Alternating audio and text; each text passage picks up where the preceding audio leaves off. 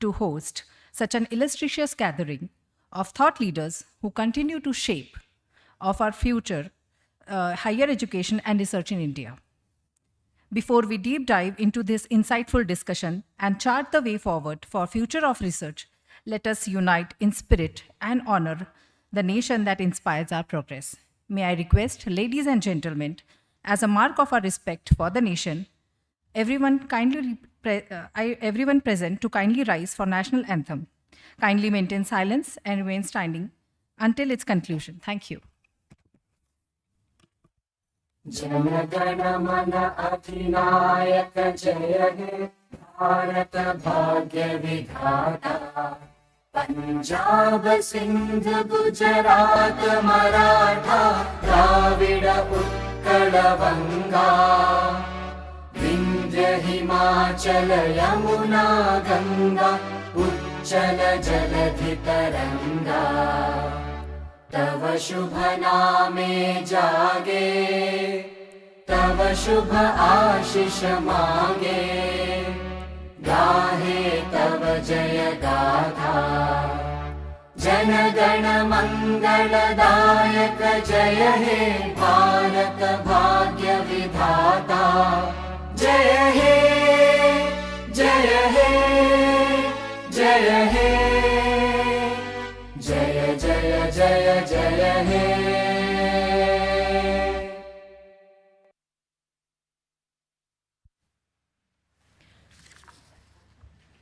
To commence today's proceeding on an auspicious note, let us invoke the blessings of knowledge, wisdom, and enlightenment through the traditional lighting of the lamp ceremony. May I respectfully invite our esteemed dignitaries for lighting of the lamp. Honorable Bharat Agrawal sir, Dr. Harivansh Chaturvedi sir, Professor Sandeep Sancheti sir, Dr. Vivek Sauji sir, Professor Dr. Rajesh S sir, Dr. Parag Kalkar sir, Mr. P. Palanviyal sir,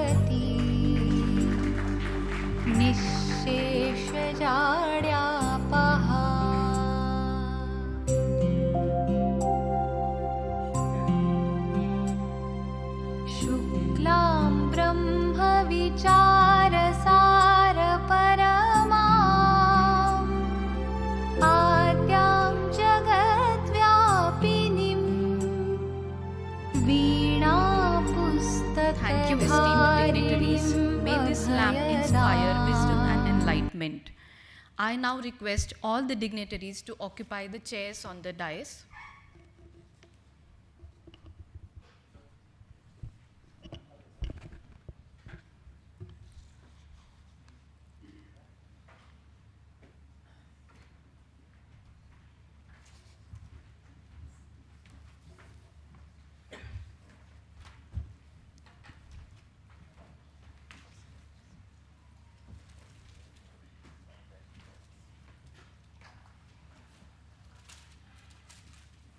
Thank you all. We shall now felicitate our esteemed dignitaries as a token of our gratitude and respect for their invaluable contributions to academia, research, and higher education. May I request Honorable Bharat Agrawal sir to kindly felicitate Honorable Dr. Harivansh Chaturvedi sir.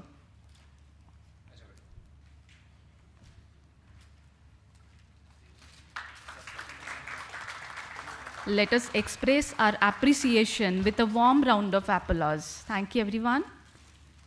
May I now request Honorable Bharat sir to kindly felicitate Honorable Professor Sandeep Sancheti sir. A big round of applause, please.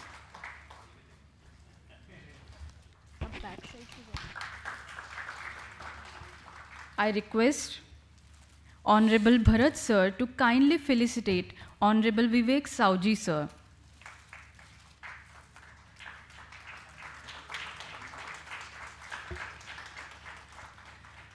I now request Honorable Bharat Sir to kindly felicitate Professor Rajesh S. Sir. A big round of applause for our esteemed dignitaries. May I request Honorable Bharat Sir to kindly felicitate Dr. Parag Kalkar Sir. Let us acknowledge his presence with a warm round of applause. Finally, I request Honorable Bharat Sir to kindly felicitate Honorable Palanvil Sir. Please put your hands together in appreciation. I request Dr. Harivansh Chaturvedi Sir to kindly felicitate Honorable Bharat Agrawal Sir.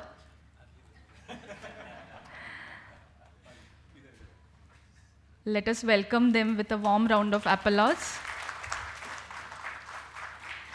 Let us once again extend our heartfelt gratitude to our all distinguished guests for gracing this occasion with their presence and guidance.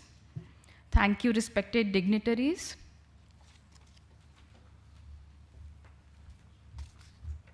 Thank you, respected dignitaries. To formally inaugurate today's discussion, it is my privilege to introduce a visionary education leader whose commitment to excellence has transformed educational institutions and empowered generations of learners. His vision and leadership have contributed significantly to building learner-centric academic ecosystems that promote excellence in teaching, research, and industry engagement. May I invite Honorable Bharat Agarwal Sir, Vice President EPSI and President Vishwakarma Group, to deliver the welcome address.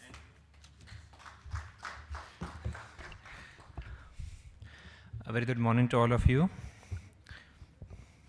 Organizers of the event, EPSI, Elsevier, Vice Chancellors, Directors, and fellow attendees. As hosts of this today's event and the Chairman of VIT Pune, it is an absolute pleasure to invite you all or to welcome you all to the National Roundtable discussion on confidence in research, researcher of the future. Well, today's core theme is not only about discussing academic papers, but also building the intellectual capability of our country. And confidence in research means building an ecosystem where data is trusted, integrity is absolute, and academic output translates into real-world impact.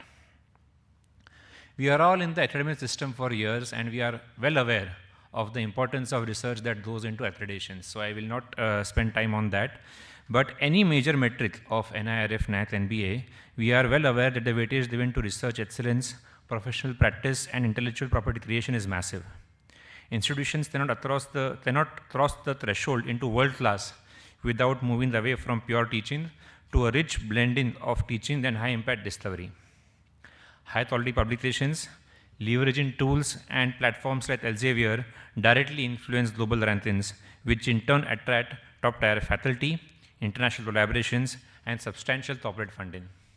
I over here like to share experience that the importance of accreditation is growing so heavy. Of course, from a faculty point of view, from students' point of view, but being a largely engineering college, we also see that recruiters are looking to narrow down and filter down institutes, colleges, universities from the NIRF and the NAT frameworks. So this is more important than before, that research becomes important as it contributes maximum to our ranking systems. From students' point of view, we need to pivot our students' mindsets from being mere consumers of knowledge to creators of knowledge. Engaging in undergraduate and postgraduate research instills high-level critical thinking, data literacy, and a problem-solving mindset. There are exact skills required in the era dominated by automation and AI.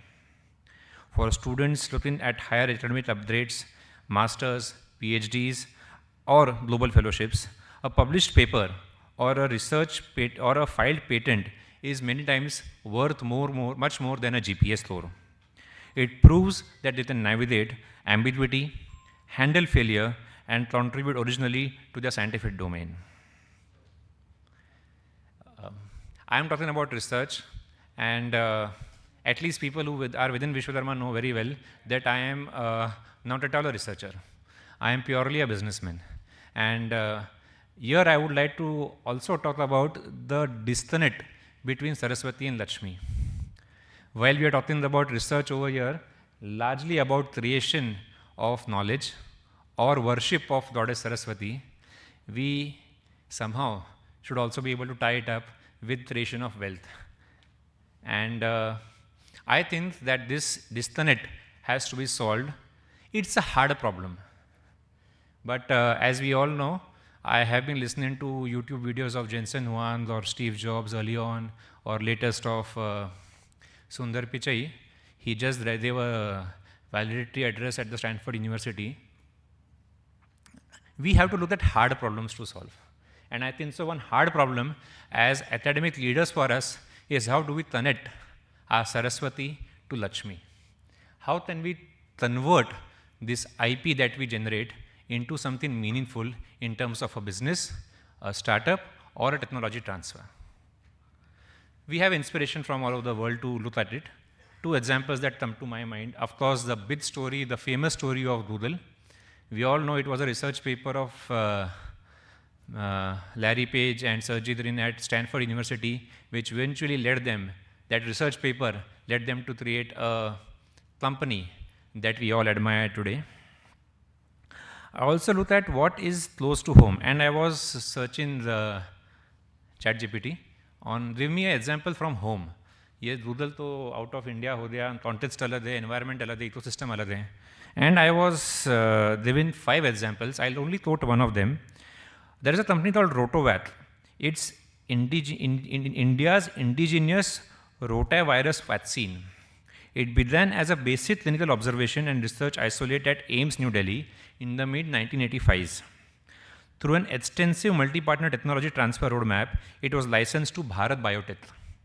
And today, it is scaled up to be in the commercial product, bringing the cost down from $15 a dose to only $1 a dose. Well, I put this perspective in front of us because I think that we have got it right so far. NIT, NIRF have been hounding us that please research more, publications the numbers badhao. हम कर रहे हैं, we are there. Not reach the target, never will, because it's a process. But we know what to do, honestly.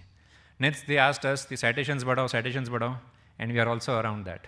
That we are now better at doing our own research in such a way that we cite other papers. Our papers are written cited, which means that we are doing some high quality work. Last, they also tell us patents thorough, and we are also doing that.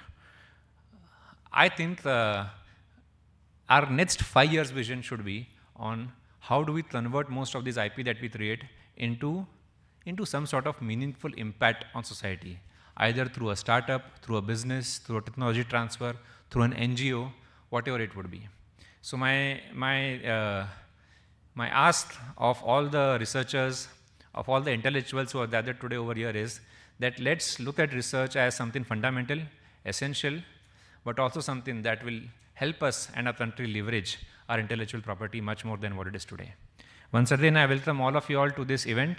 Thank you EPSI for trusting the Vishwakarma Group for organizing this. And I look forward to listening to all of you all and learning from all of you all today. Thank you so much. Thank you, Bharat sir, for your inspiring and insightful address. Your thought words have beautifully set the context for the today's discussion. Requesting all the dignitaries to sit on the sofa chair comfortably so that we can start with the thematic address and further.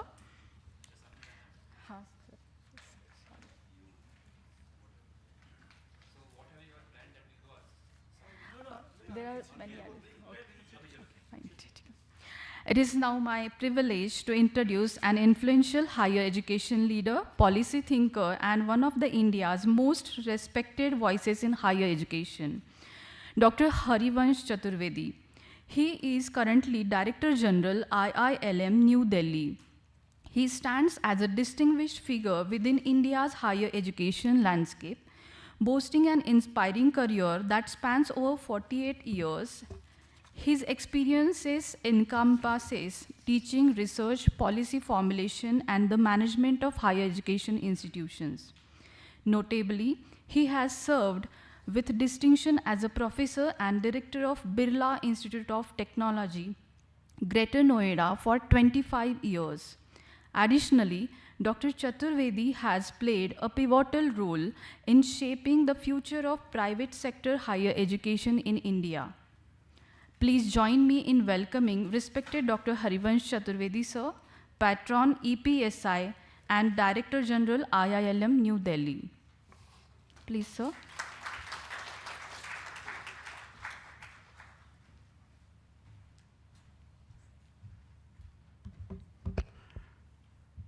Good morning, ladies and gentlemen. I find many senior academicians of Maharashtra, particularly Pune region, are present here.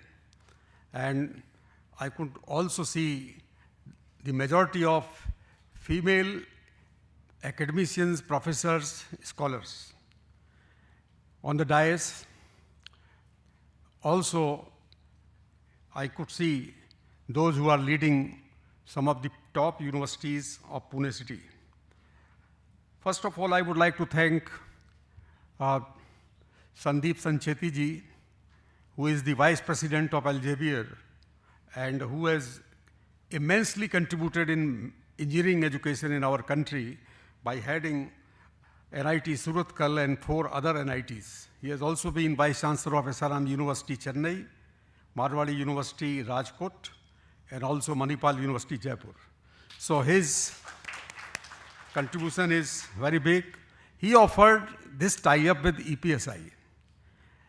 Elsevier has been publishing the report Confidence in Research since 2022. They have decided to disseminate the findings to the scientists and academicians of India. They found EPSI as a medium to have this conversation with academicians. Thank you, Professor Sandeep Sancheti, giving this opportunity.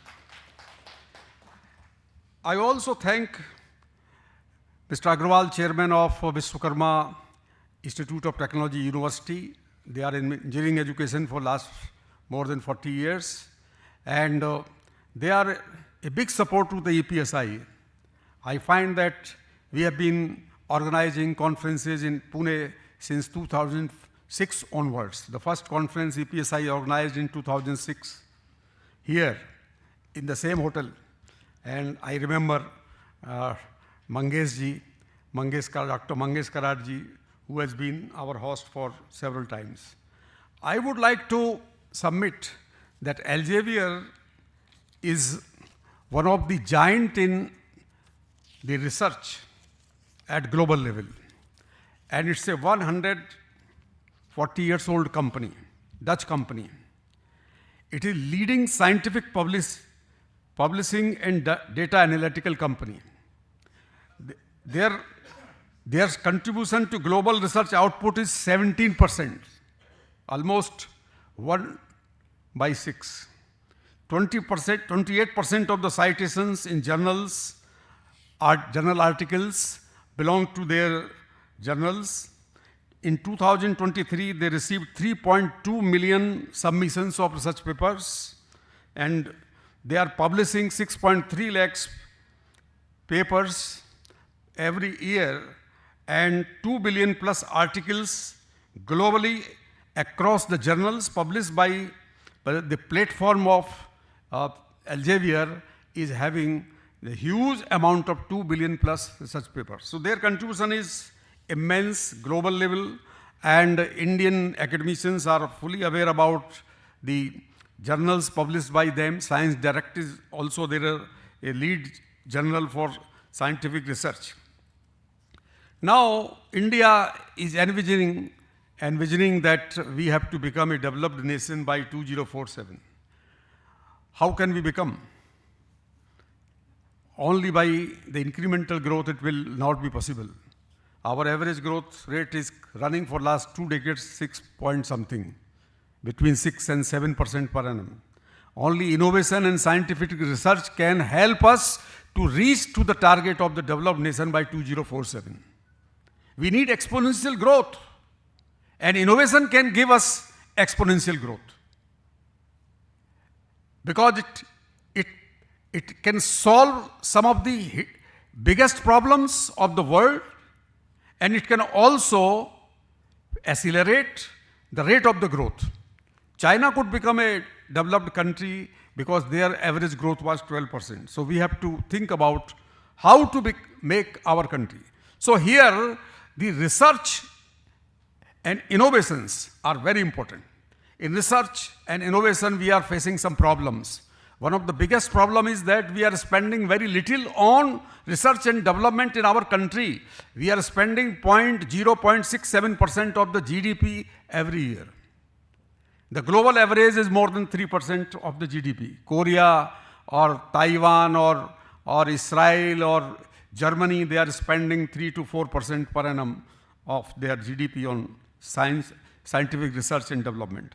Academic institutions are major partner in doing the scientific research. When India became independent, the first government, they have created the scientific infrastructure of our country by setting up IITs, Indian Institute of Science and Research, even the great institution which Tata have founded in Bengaluru, and many research organizations, particularly 45 plus scientific research laboratories.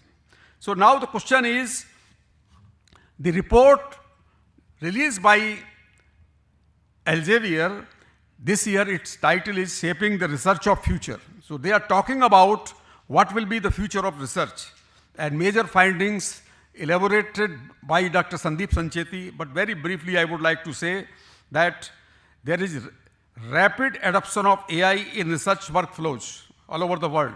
In private sector, industrial laboratories, university laboratories, government laboratories, scientific establishment, AI is now coming on the horizon. Number two, there is lack of robust governance of AI. It's a new phenomena. Universities and governments are unable to set up a robust governance system, that how AI will be provided to all the stakeholders and how it will be governed. There are research pressures which are mounting on academicians and scientists. In India, you can see in 2016, NIRF started, as Mr. Agarwal was telling, that because of the NIRF and accreditation, there is too much pressure on the universities and colleges. Because you have to survive in the market. And unless you contribute in a big way in research output, you cannot be counted among the top 100 institutions. So this is our state of affairs, but globally also research pressure is mounting. Then research integrity has also become a priority, because due to pressure, people are resorting to unethical practices. So now a new discipline has come up, ethics in research, and it is being taught.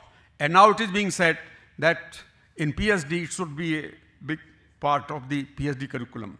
Globally, interdisciplinary collaborations are rising.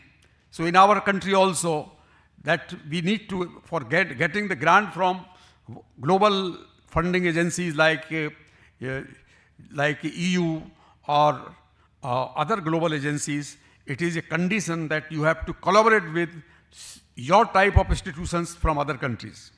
So these are the major findings, and it has become difficult for physical mobility of scientists because of the polarization and because of the geopolitics. It is a declining trend. So now what can be the learning for Indian higher education institutions?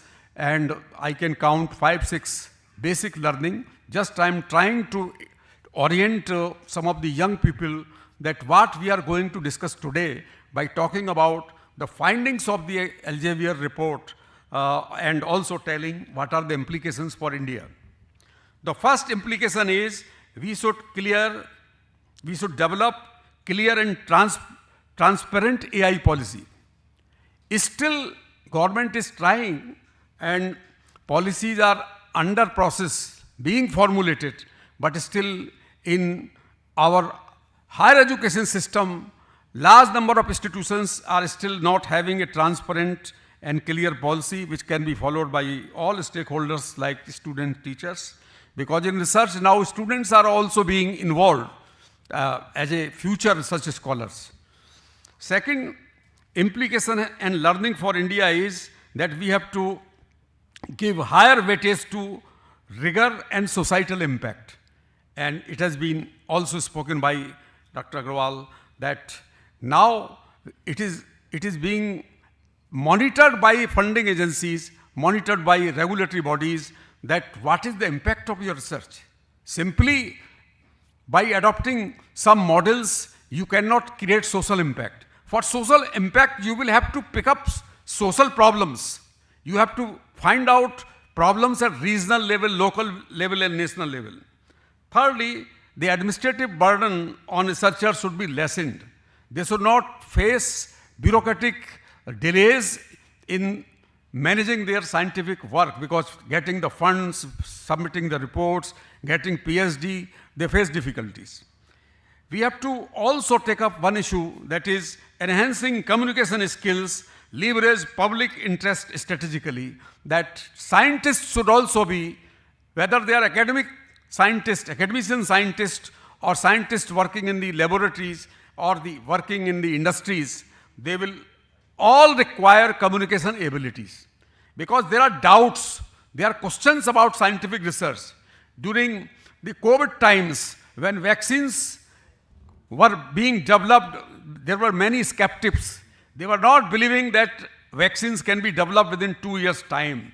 But by global cooperation, collaboration, the laboratories and companies, medicines companies, drugs companies, they could join hands, and so many vaccines could be developed in so many countries, including India, and we could overcome the epidemic COVID 2019. Lastly, funding scarcity is also a big problem, that for scientific research, unless we increase our spending on research and development at university level, college level, national level, even the state governments are also required to think about this, although their funding is confined to public universities only for payment of the salary. And state public universities have been involved in research. I remember in 70s, 80s, public universities, there were no private universities at that time, and state public universities were also doing researches, basic researches and applied researches. Now they are without resources. Their laboratories are looking very desolate. There is no movement and there is no work going on. So with these words, I congratulate the local organizers, particularly VIT University, and I look forward for some fruitful discussion in today's roundtable. Thank you.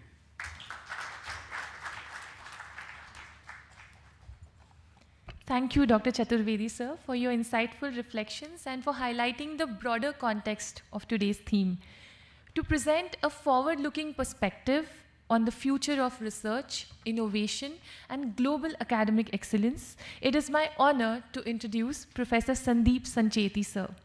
Sir is currently the Vice President, Research Relations and Academic Ambassador, Elsevier, India.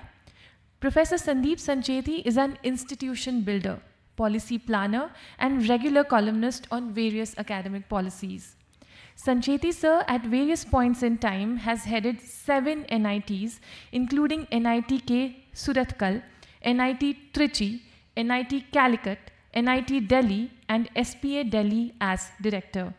He has also led self-financed institutions like Manipal University, Jaipur, as president, SRMIST, Chennai, as vice chancellor, and Marwadi University, Rajkot, as provost. Let's welcome Professor Sancheti, sir, with a huge round of applause.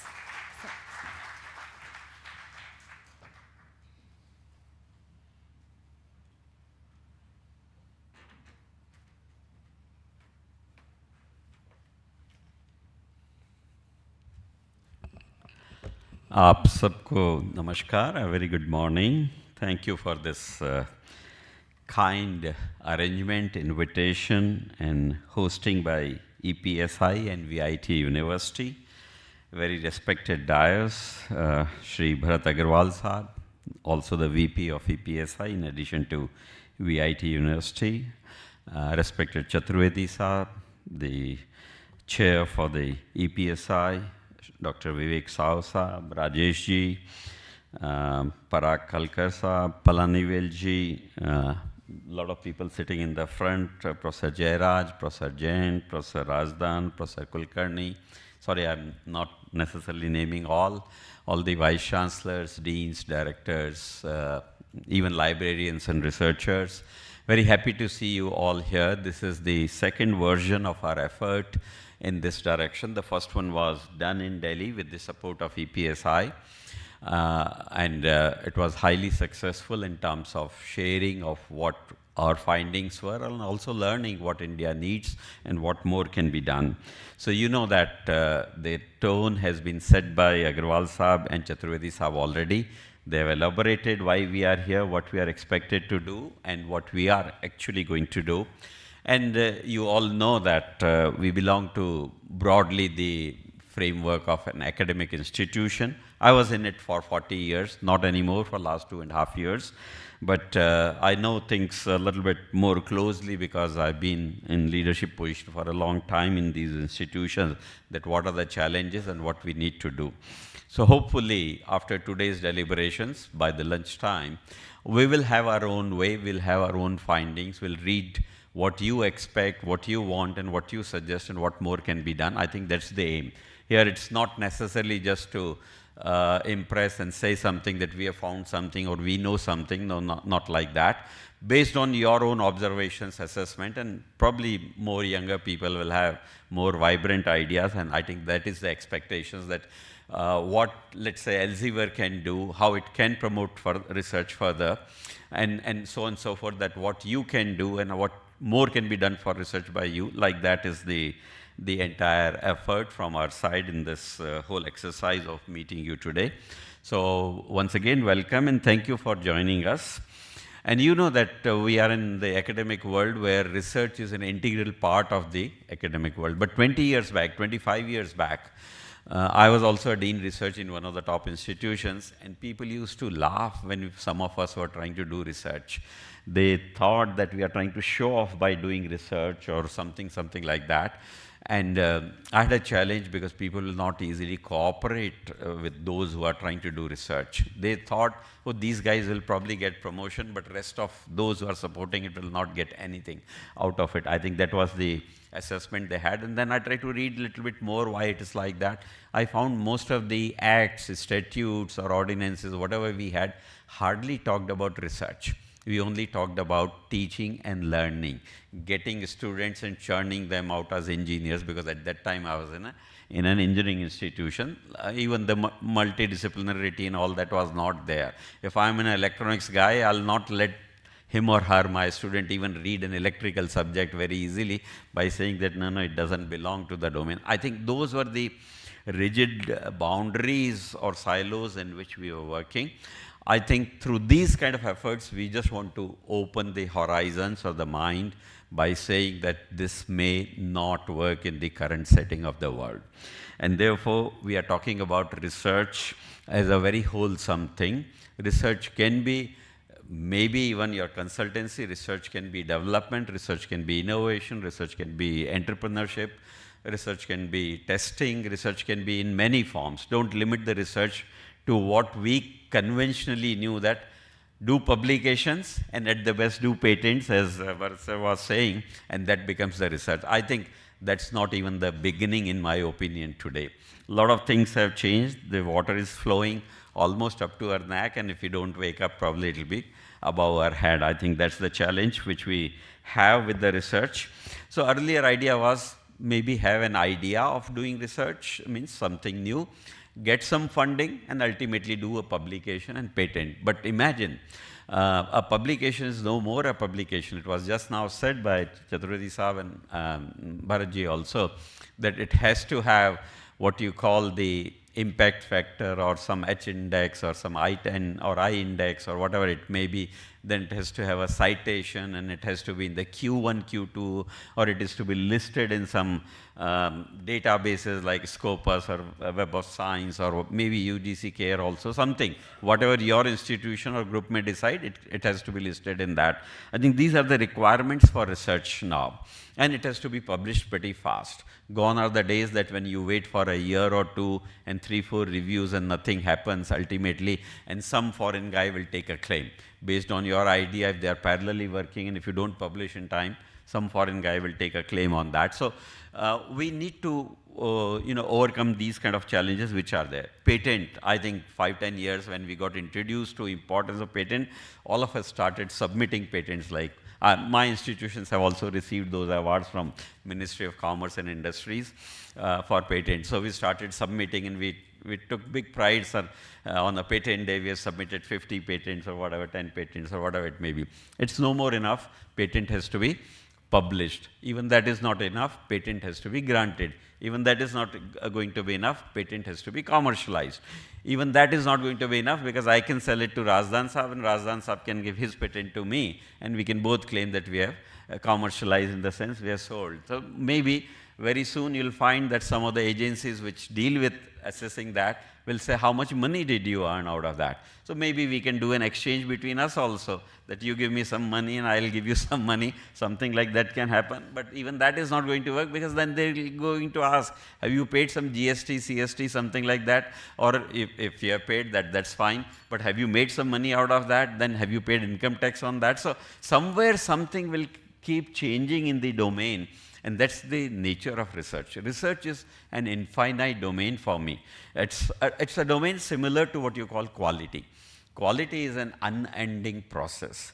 Research will also remain to be an unending process for me, and therefore it's very important.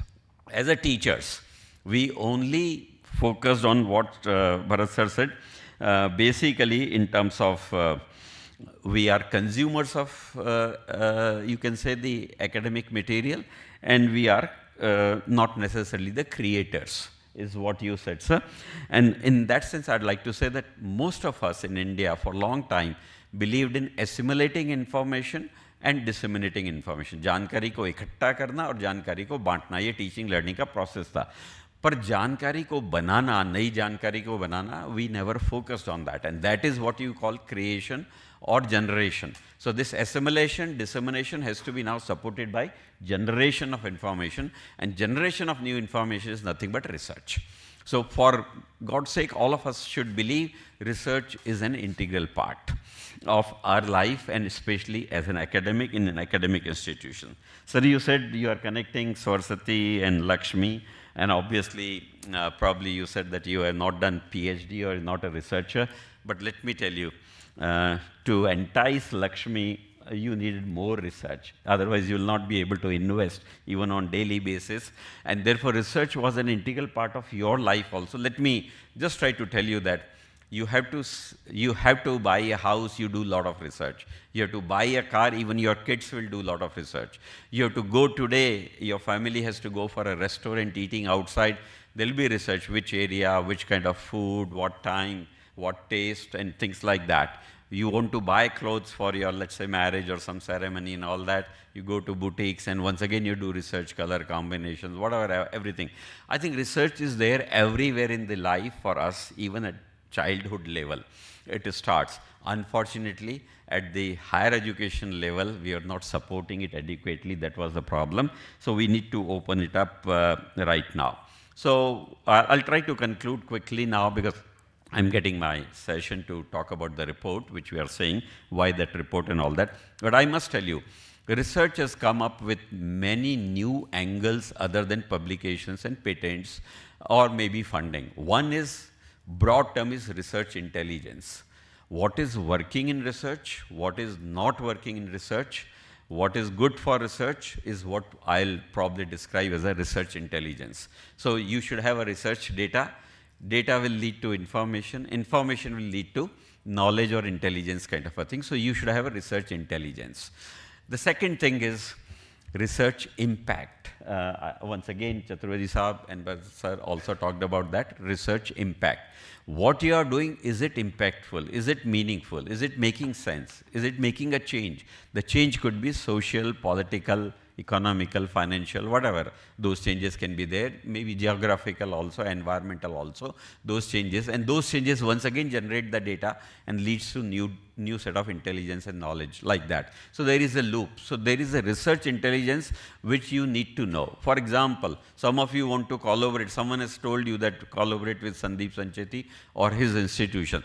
But you should know what Sandeep Sancheti knows or his institution has, or what are their performance levels, where they collaborate, where they have funding, where they have published. Without that, it will be a blind kind of a marriage or association which you will be entering into, and which may not be necessarily good. So intelligence is important, impact is important. And since both are very important, we have landed into another RI term, and which is called as research integrity, which was again, once again touched upon by both the speakers, that research integrity is a huge concern in India right now, world over of course. Unfortunately, we are becoming leader for that, and what are the reasons for that, what corrections may be needed, what may be the approach, I think you will have to find it out after the next two sessions which are going to be there. So we will talk about what will be the format of the sessions once I finish my next presentation.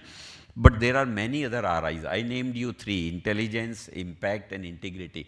But research innovation, research internationalization, research investment. So there are around 10 such RI terms which are there. So kindly focus on whatever you need to do to prop up the research at your basically your own level.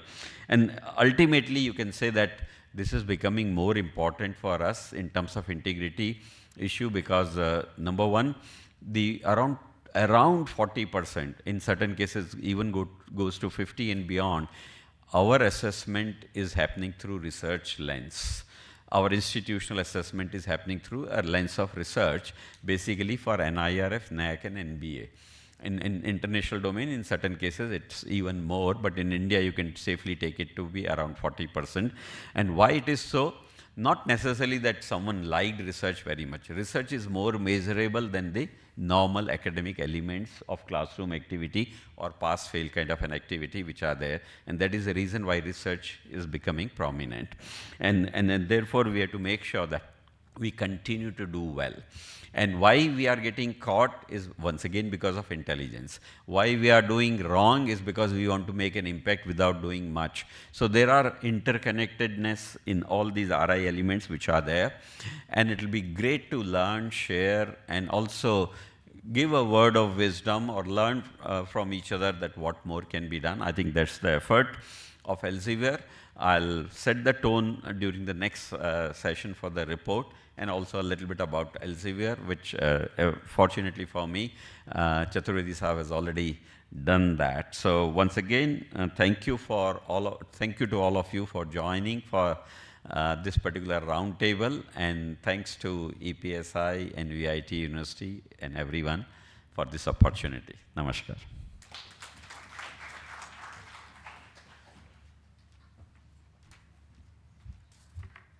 Thank you, Professor Sancheti sir, for sharing your inspiring vision for the future of research in India.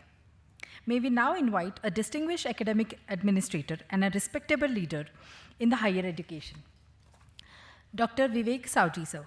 He is currently a Vice Chancellor of MIT-ADT University, Pune. Dr. Saoji has more than 34 years of teaching and clinical experience and 22 years of academic administrative experience. Dr. Saoji was awarded the prestigious FIMA Fellowship in year 2003-2004 for pursuing his advanced training in medical education and leadership at International FAI-MER Institute, Philadelphia, PA, USA. May we please welcome Honorable Dr. Vivek Saoji, Vice Chancellor, MIT-ADT Pune, for his perspective address.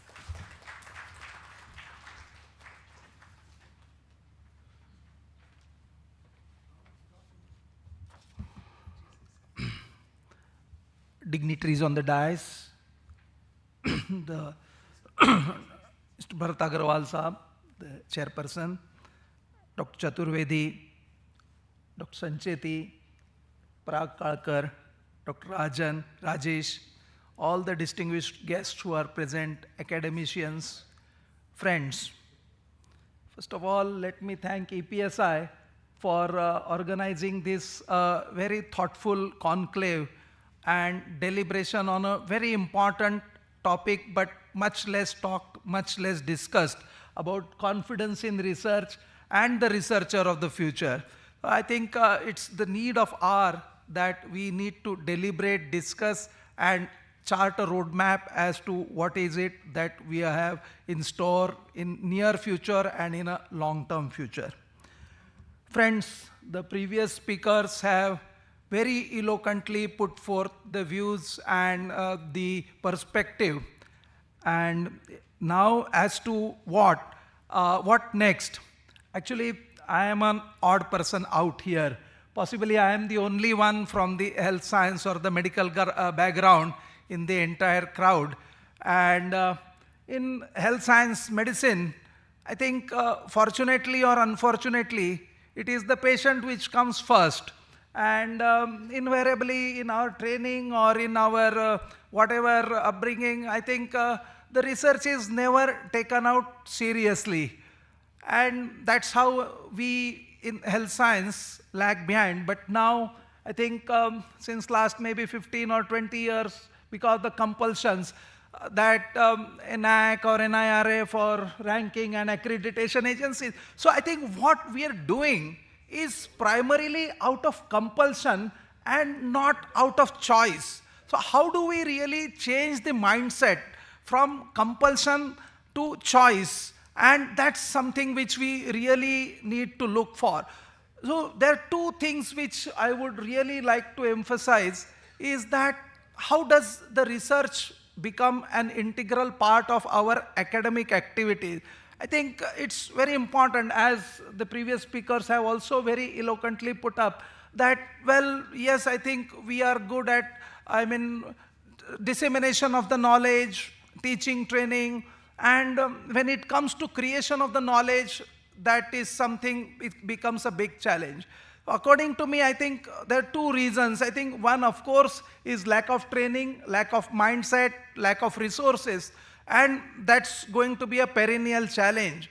How do we really address this issue? I think now is the time to break the boundaries, break the silos, and it's the era where we need to come together. Fortunately, Bharati Vidyapeeth University is a multidisciplinary university. We have health, we have technology, we have law, we have commerce, we have everything. And the challenge which I'm trying to work on is how do we bring these faculties together. And by no means it's an easy job, but we are certainly trying to do that and have been able to establish some kind of a working, so engineering people can work with medicine, or medicine people can work with environmental studies, and so on and so forth. So for the future of research, I think it's not just within the universities or within the departments, but if Pune has maybe half a dozen reputed universities, maybe possibly we have 20 plus universities in Pune. And if we pool our resources, if we try to work together in some common areas, I think that would be a way forward. How do we work with industry? Pune is one of the biggest industrial hub, apart from Hyderabad, Chennai, maybe Bangalore and other. IT sector, manufacturing sector is something which is really big. So how do we connect with industry? Because again, as I said, resources is a challenge, and industry, they also want solutions. We're talking of live projects, we're talking of small things, but I think going big, I think that's something which we really need to think about. Otherwise, I think, as I said, because of compulsion, for faculty, they need to have 2 publications per year, or for NAC, we need to have as many publications, and by hook or crook, I think we'll be able to manage that and maybe get some grades or maybe have some rankings. But I think we really need to think big, we really need to think out of box, and that's something that's a challenge. The things are, the technology is growing up so fast, and we really need to catch up with technology. Of course, ills of technology also have been elaborated. And I think I read a report, Elsevier report, some 2.5 years back. At that time, I think, if I remember it rightly, they had identified 5 big themes. I mean, global crisis, what's it going to be? And mind you, they are very basic, fundamental issues which we even don't think of. What's going to be the issue in next 30 or 40 years is something like water scarcity, something like food. How are we going to feed as many people? Something like communication, advanced technology, sustainability and climate change. I mean, they are very big issues, but we can choose and pick one small area in that, and we can still work and we can make impact. Because I think more often than not, it is said that we have not been able to have any company like maybe, I mean, yesterday's paper only, why we did not have any NVIDIA, or why did not have any basic AI, I mean, generation from India, is something because we're not coming together and we're not thinking big. So these issues, if at least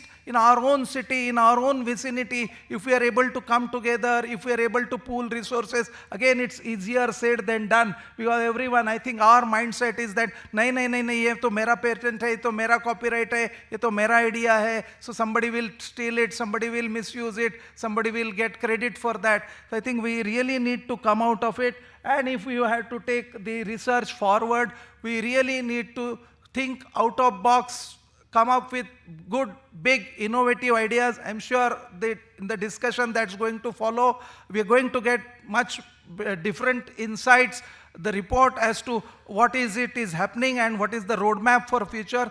Particularly, now this is important for all the academic institutions, also for our survival, because we are in the business of teaching and training. We have to really see how our professionals are able to stand up in the next 20, 30, how our students will be able to really make themselves, or for the next 30, 40 years, because that's the time they are going to be in the profession. And so how they will be relevant, and what kind of training, what kind of innovation, what kind of grooming that we are able to do. So I think it's going to be really interesting. It's going to be, I think, eye-opener for all of us. And I'm really looking forward to the deliberations, discussion. Once again, I thank EPSI for taking the initiatives, organizing this event here, and all the dignitaries and everyone present here. I'm sure there will be a lot of carry-home message. So with this, thank you very much. Wishing everyone the very best. Thank you.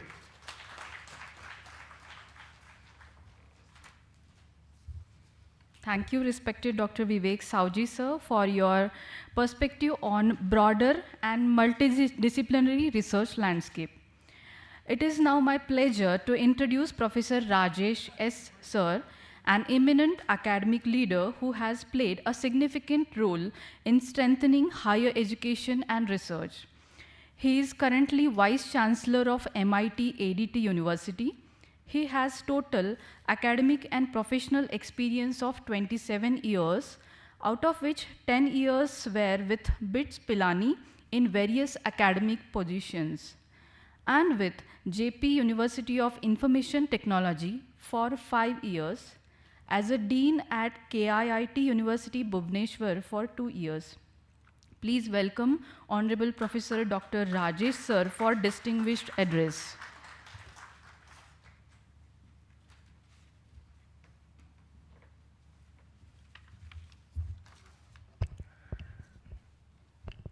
Very good morning to one and all. I think respected Dais, Mr. Bharatji, Honorable Professor Dr. Sandeep Sancheti Saab, Dr. Vivek Sauji, then Parag Saab, Palnivel Saab, and all the dignitaries of the Dais, all the esteemed Vice Chancellors of the various universities. I think today I would like to start with a small quote of what the sages of our old sages have been telling. I think this goes back to sage Kalidas, because Bharat Sahib was saying very nice, saying that the Saraswati and Lakshmi have to go in tandem. So I think when it was Kalidas, when he has written Kumara Sambhavam, the Kavyam, So he was not interested to sell it or to give it to anyone for money or whatever, but it was Saraswati. So Bhojaraja, the Raja, came to Kalidas and gave him lot of things, and even Kashi Vishweshwara, Kashi Raja came and gave. So I think, sir, definitely like Honorable Sancheti Sab said, when there is Saraswati, the Rajas came and gave everything. So I think with that note, I think today's discussion I'll like to say is only some few points. So first thing is, the topic is very apt, that confidence in research. And the research confidence doesn't come just like that. Okay? And to the a priori, to the notion, what I was recently in QS World Edu Summit at Singapore, and there was a lot of deliberation on QS rankings, how they frame it. And let us say if you take the top QS ranking on research, because research is a per se when QS is ranked and QS takes into consideration. So let us say if you take MIT, Stanford, all that. So what they are good at is, they are good at in research only. The 50% of points they cater to the needs is the patents and research. But it is not just like that. You know, for example, a paper in MIT, I'm talking about MIT US, the professors in MIT doesn't care if it is published or not. They have reached to the benchmark session that then it has to be published. So the cat and mouse race is only for the lower reps. When you reach to the top, I think it is all the same. But how does it happen?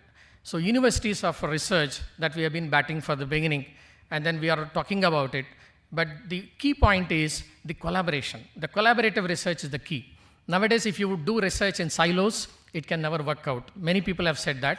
But then you need to have a collaboration with one good professor in the top 10, 50 QS or some top QS, so that the collaboration should nurture. Then the second thing is the research ecosystem. So we need to build that ecosystem, like patents, like publications, like the NAC, NRFs. We are battling it to some extent. But then that is not the thing. Unless and until the quality factor comes in, nothing comes out proper. So I think we keep telling that, as a Vice Chancellor of MIT-ADT University, we recently started one MIT Institute for Innovative Sponsored Research. So what I did is, as a Vice Chancellor, I have my Dean also here, Dr. Abhay here, Abhay Shulkar. What we thought of doing it is, we have combined all the researchers into one pool, and we started an institute for research where only the research professors will work in tandem with all the other collaborative units. So we have art, design, and technology. We have 17 schools, including School of Vedic Sciences at MIT Art Design. So we have made into the collaborative parts, and then make sure that the research happens, compartmentalized research, silo research, we have removed totally. And MIT Inspire is catering to the needs of the need of the hour of that research. But again, when you talk about confidence in research, I think that is where is to be built in ecosystem. It doesn't come to a faculty that it has to do research. Research is not just, in a minute you do it. To publish a proper Q1 journal paper, it is taking you 9 months to 1 year, even more than that, sometimes 1.5 years. So that means the time is time-taking process. It is having an extent of your peer pressure on top that you have to publish. But another thing I am seeing, particularly Sancheti Sab, we are talking about more on the APC, the article publication charges, and open source, that is open access, which we are publishing. I think that is where, even Elsevier is also working it out. And most of the journals, particularly in Q1, I think they have opened up the open access. But it is not like, it is opened only for that need. Open access means that the paper is not taken away by the publisher. I mean, the catapult rates of the paper is not sold to you for that some need. But then the research is open. That means anybody can download. So I think number of citations do increase with that kind of experiment what they have done, even in Elsevier, even in others. And other thing which I found across is when I was in the QS conference, they were also talking about the number of students, international students, when they come, when they work with us. I think that is where also we have to see that how many researchers, how many faculty particularly, international faculty we are recruiting, we are putting on board, because that kind of faculty can get contacts, that kind of faculty can give you collaborative research. And please do not do research individually. It will never work out. Okay? Those days are gone. Those days are when Sancheti sir was talking. Dissemination, assimilation, and then disseminating, all that. So I believe that this is the order of the day. Please do have collaborative research, and beautifully said by Savaji also, even our universities, all our vice chancellors, our universities under the belt of EPSI, I think we can come together, we can share our resources Even government, I think I request EPSI also, we have to put a representation to the government that the funding is only given to mostly, primarily for the government agencies. I think that is where also we are backing in and not getting up good funds, the extramural funds of the funding agencies. I think the problem, the solution to that is you collaborate with the IIT professor. You should collaborate with IIT faculty. Make a PI, a co-PI. Let him be the PI. If he wants more money on the project, on the outlay of the project, give it to him. You just say, suppose it's a project of 1 crore, you give 80 lakhs to the professor of IIT, and you take 20 lakhs. I think that project will get some success. But it's not guaranteed, because it's not, nothing is guaranteed in funding, you know it. But then they are trying, you should have the options of collaboration and options of putting the premier universities also with us, and then let us work in tandem, and then India will be a great research country like all others. Thank you very much. Jai Maharashtra, Jai Bhavani, Jai Shivaji.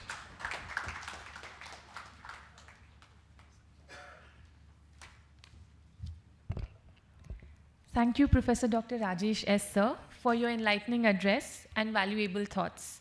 We now invite a respected academic administrator and thought leader whose contributions to higher education governance are widely recognized. Dr. Parag Karkar is currently Pro-Vice Chancellor of Savitribai Phule Pune University. He has earlier served as a member of the Senate at SPPU between 2005 and 2015. He is the director of Sinhagad Business School and an executive board member of the Association of Indian Management Schools. Please welcome Honorable Dr. Parag Karkar, sir, for the Thought Leaders Address.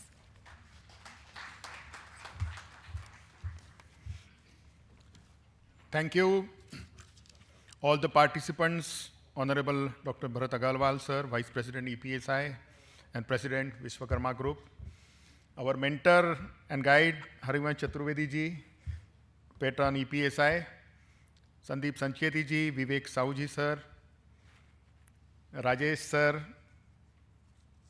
and Palnivel, who has invited all the distinguished members of EPSI, Vice Chancellors, former Vice Chancellors, esteemed institution leaders and industry colleagues. Good morning. As an honor to be here on this morning, Pune was called as Oxford of the East, and we wish that it should become Nalanda of West in the soon. The roundtable is not talking about the future of education, but actively shaping higher education institute anchor themselves in the era defined by disruptive innovation. Our focus today is AI and emerging technology in advancing research excellence is perhaps the most critical frontier which must navigate. 3 points I wish to insist that first is shifting the paradigm from consumption to creation. For decades, our higher education institute system has excelled in processing and imparting existing knowledge, but true academic leadership on a global stage demand a shift. We must translate our universities and institutions from center of knowledge dissemination to engines of knowledge creations. Emerging technology, whether we took advanced artificial intelligence, generative models, or predictive data analysis, are completely redefining the machines of discovery. Those tools are not merely peripheral upgrades, they are fundamental catalysts.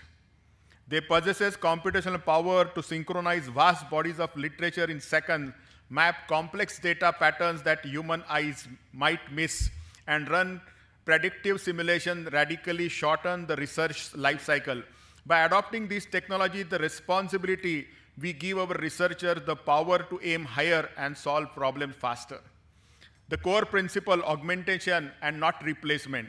However, the leaders of academic institutions, we must ask ourselves a vital question. What is the role of research when machines can analyze, write, and predict? Our stance must be clear. Technology must augment human intelligence and never replace. AI can handle cognitive, heavy data lifting, processing, but it lacks in human capacity for contextual intuition, empathy, and ethical judgment. Our task is to train new generation of scholars who do not use AI as a shortcut to bypass critical thinking, but rather use it as a launching pad to elevate their inquiries. The creative genesis, the formulation of the core hypothesis, and the eventual real-world application must remain fundamentally human. Building institutional guardrails and integrity. As we integrate these emerging tools into our research ecosystem, we must also confront the immediate challenges of governance. Research excellence cannot exist without absolute academic integrity. With generative AI and lines of authorship, data preservance can be easily become blurred. The institute under EPSI umbrella must take the lead in establishing the robust ethical framework. We need clear policy on AI transparency, rigorous checks against the algorithmic bias, and stringent protocols to safeguard the intellectual property and data privacy. True excellence is measured not just by the volume of institutional output, but credibility, the ethical foundations of that research. What has happened that because of this ranking and rating, the research has become fashion and not as a passion. Breaking the silos through interdisciplinary action. Finally, AI acts as a great equalizer across discipline. It speaks universal language. Today, a management researcher, a data scientist, and a sociologist can utilize the exact same advanced analytical tools to tackle complex, multi-dimensional societal changes from rural resilience to urban sustainability. We must use this technological pivot to break down the rigid departmental silos that have traditionally restricted the academic growth and foster highly collaborative, interdisciplinary research culture. As we open this roundtable, let us remember that national education policy emphasizes flexibility, innovation, and high-impact research. Sir was talking about various different kinds of impact which are required.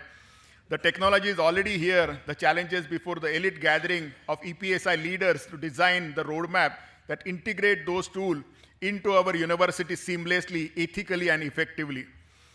I always consider the faculty has more focus on publication and promotion of research. But I would like to ponder upon this gathering that can we change the priorities. I'll just put 6 points. Research to patent should be our focus and priority. Research to product, because we have seen that in some of the universities across the world, outcome of your PhD is the product. No paper is required. So can we really think of those changes? Research to price, cost of product can be reduced drastically. Research to process, process can reduce emission and environmental impact. Research to people, lab to land research is required. And last is very important, the country like India required very clear-cut and scientific policies. So can our research get converted into some good policies of the government? I'm very thankful to EPSI and all the stalwarts who are present here for giving me time to share my thought process. Thank you very much.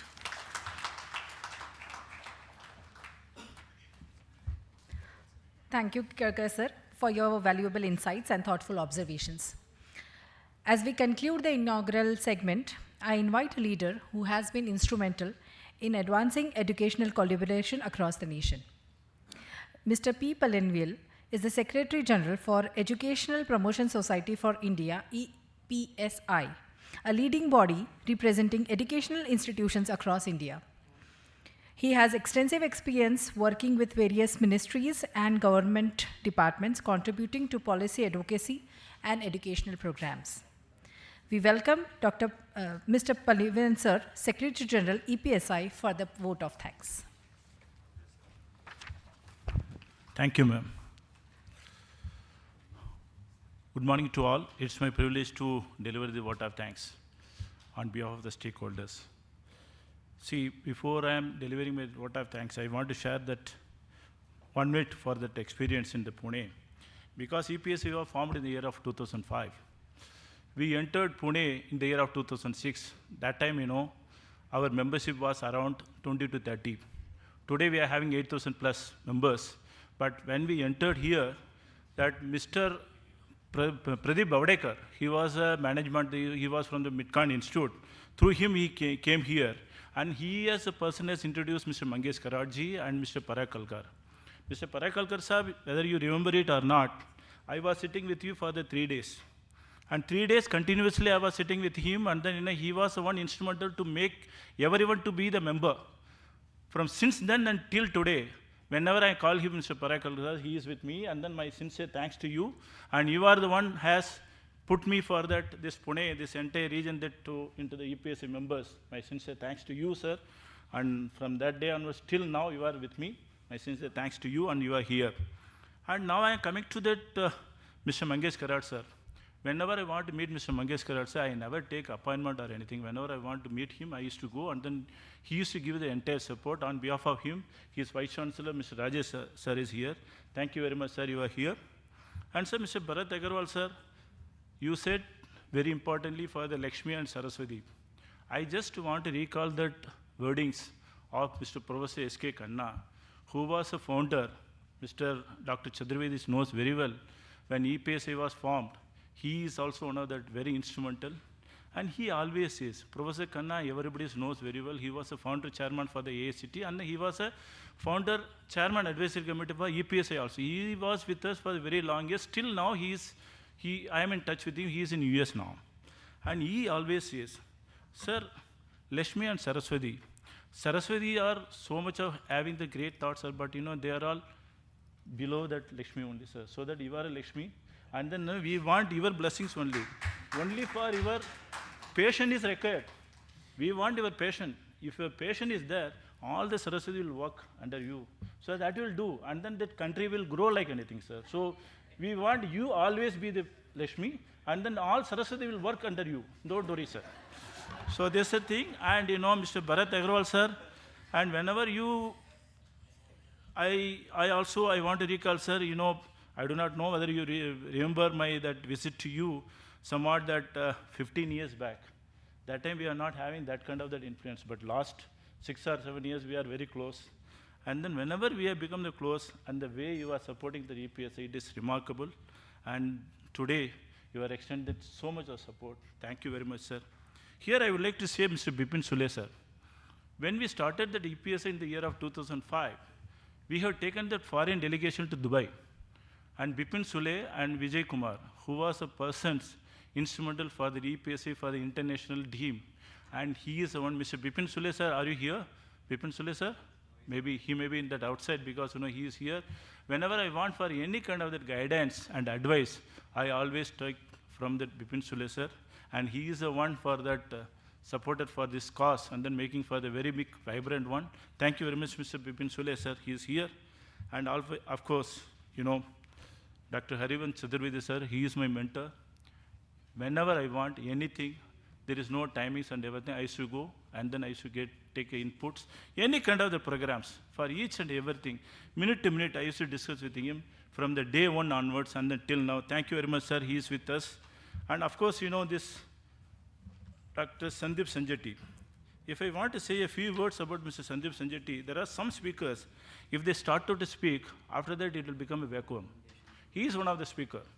Whenever he is speaking, Professor Sandeep Sanjeti, Tyagarajan sir, or Radhan sir, or some important people are speaking here, that's, after that, the entire hall will be, that other speakers have to struggle.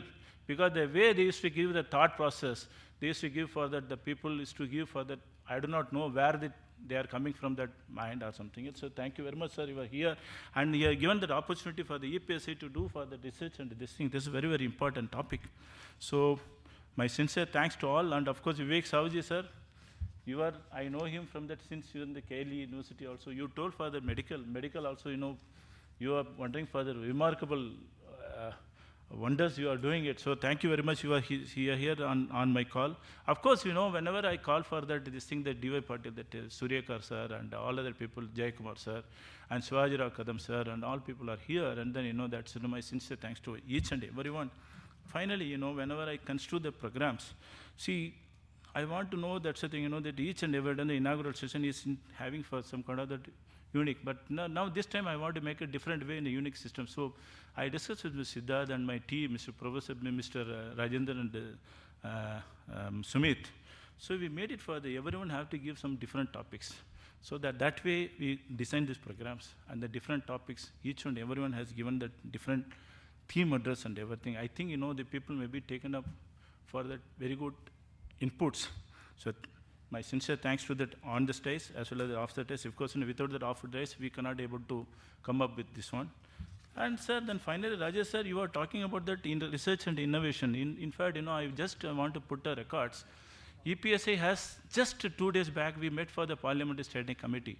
You know that Vikshit Bharat Bill is coming up. And we are the only one representative from the private sector on behalf of private. There are 131 witnesses for that. This is a thing I am not telling. This is a thing the chairman of that committee, Dr. Prandeshwari, has told on the day. 131 witnesses was inquired. Of course, FICCI and CA was there, but they have considered them as an industry chamber. They have not taken it as an education one. And education, on behalf of education, EPSI only has represented. And we mentioned it, research and innovation is very, very important. And also we insisted them, we need for the level playing fields. Even you can able to give for that foreign universities or something else, and we want that level playing field also. So that way we have done it. And my sincere thanks to all the team members, and the present medias and everyone. So once again, my thanks. And then, that other sessions also are there, that there is one presentation on digital personal data protection, that one from the Merito, that also very important session. Thank you once again. Thank you.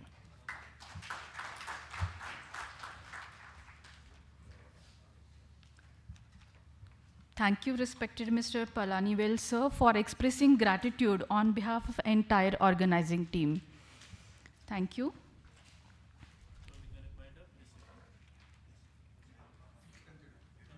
Yeah. Yeah, this is concluded. They want some chair arrangement. Ladies and gentlemen, yes, sure.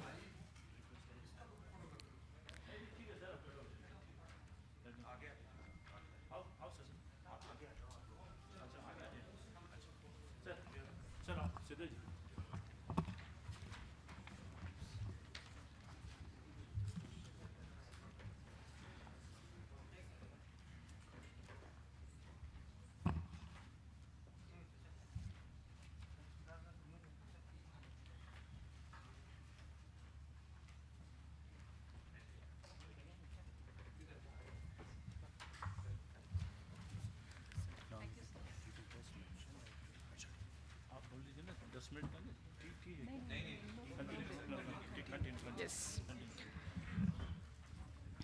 Ladies and gentlemen, we now move on to a very important segment of today's National Roundtable discussion. The recently released Confidence in Research report provides valuable insights into the aspirations, challenges, evolving expectations of researchers across the globe. The findings offer a deeper understanding of how institutions, policymakers, and industry leaders can collectively strengthen the research ecosystem and empower the next generation of scholars. To present the India-specific findings from this landmark report, it is my privilege to invite Professor Sandeep Sancheti sir for the presentation.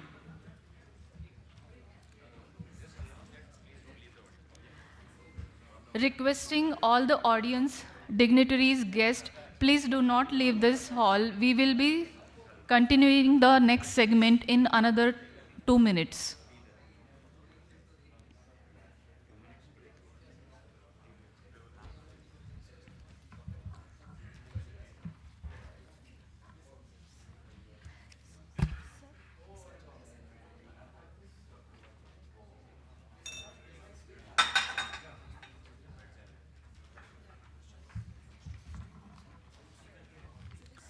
Requesting all the delegates, please occupy your seats.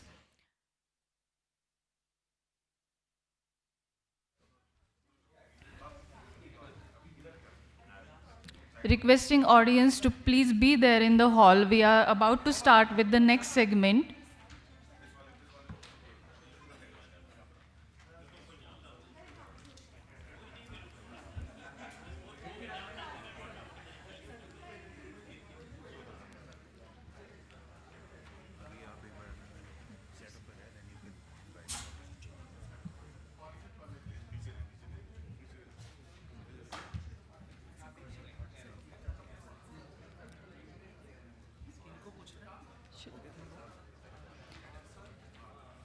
To present the India-specific findings from the landmark report, it is my privilege to invite Professor Sandeep Sancheti sir for the presentation. The presentation will be starting in a minute.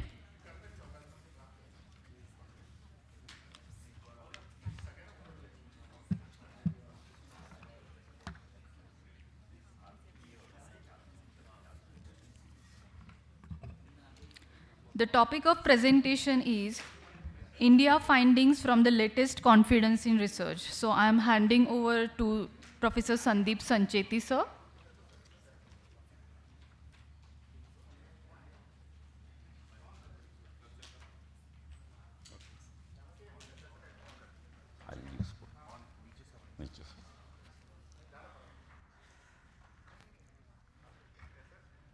Welcome once again, and this is our first technical session where I'll be sharing the report with you.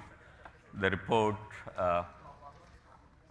what we have called it as a confidence in research, researcher of the future. Friends, here I'd like to give you a reason why this has been done and why is it important.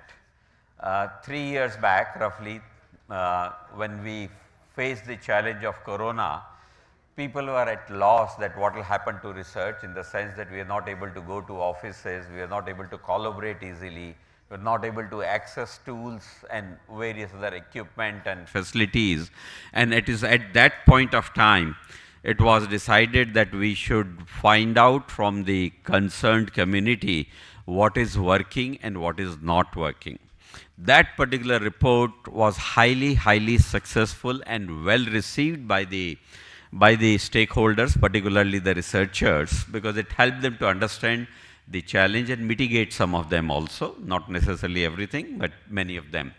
So Elsevier in that sense decided that this effort should continue every 3 years. So this is the second version of confidence in research report after 3 years. The first one was to deal with the aspects of corona which the world was facing.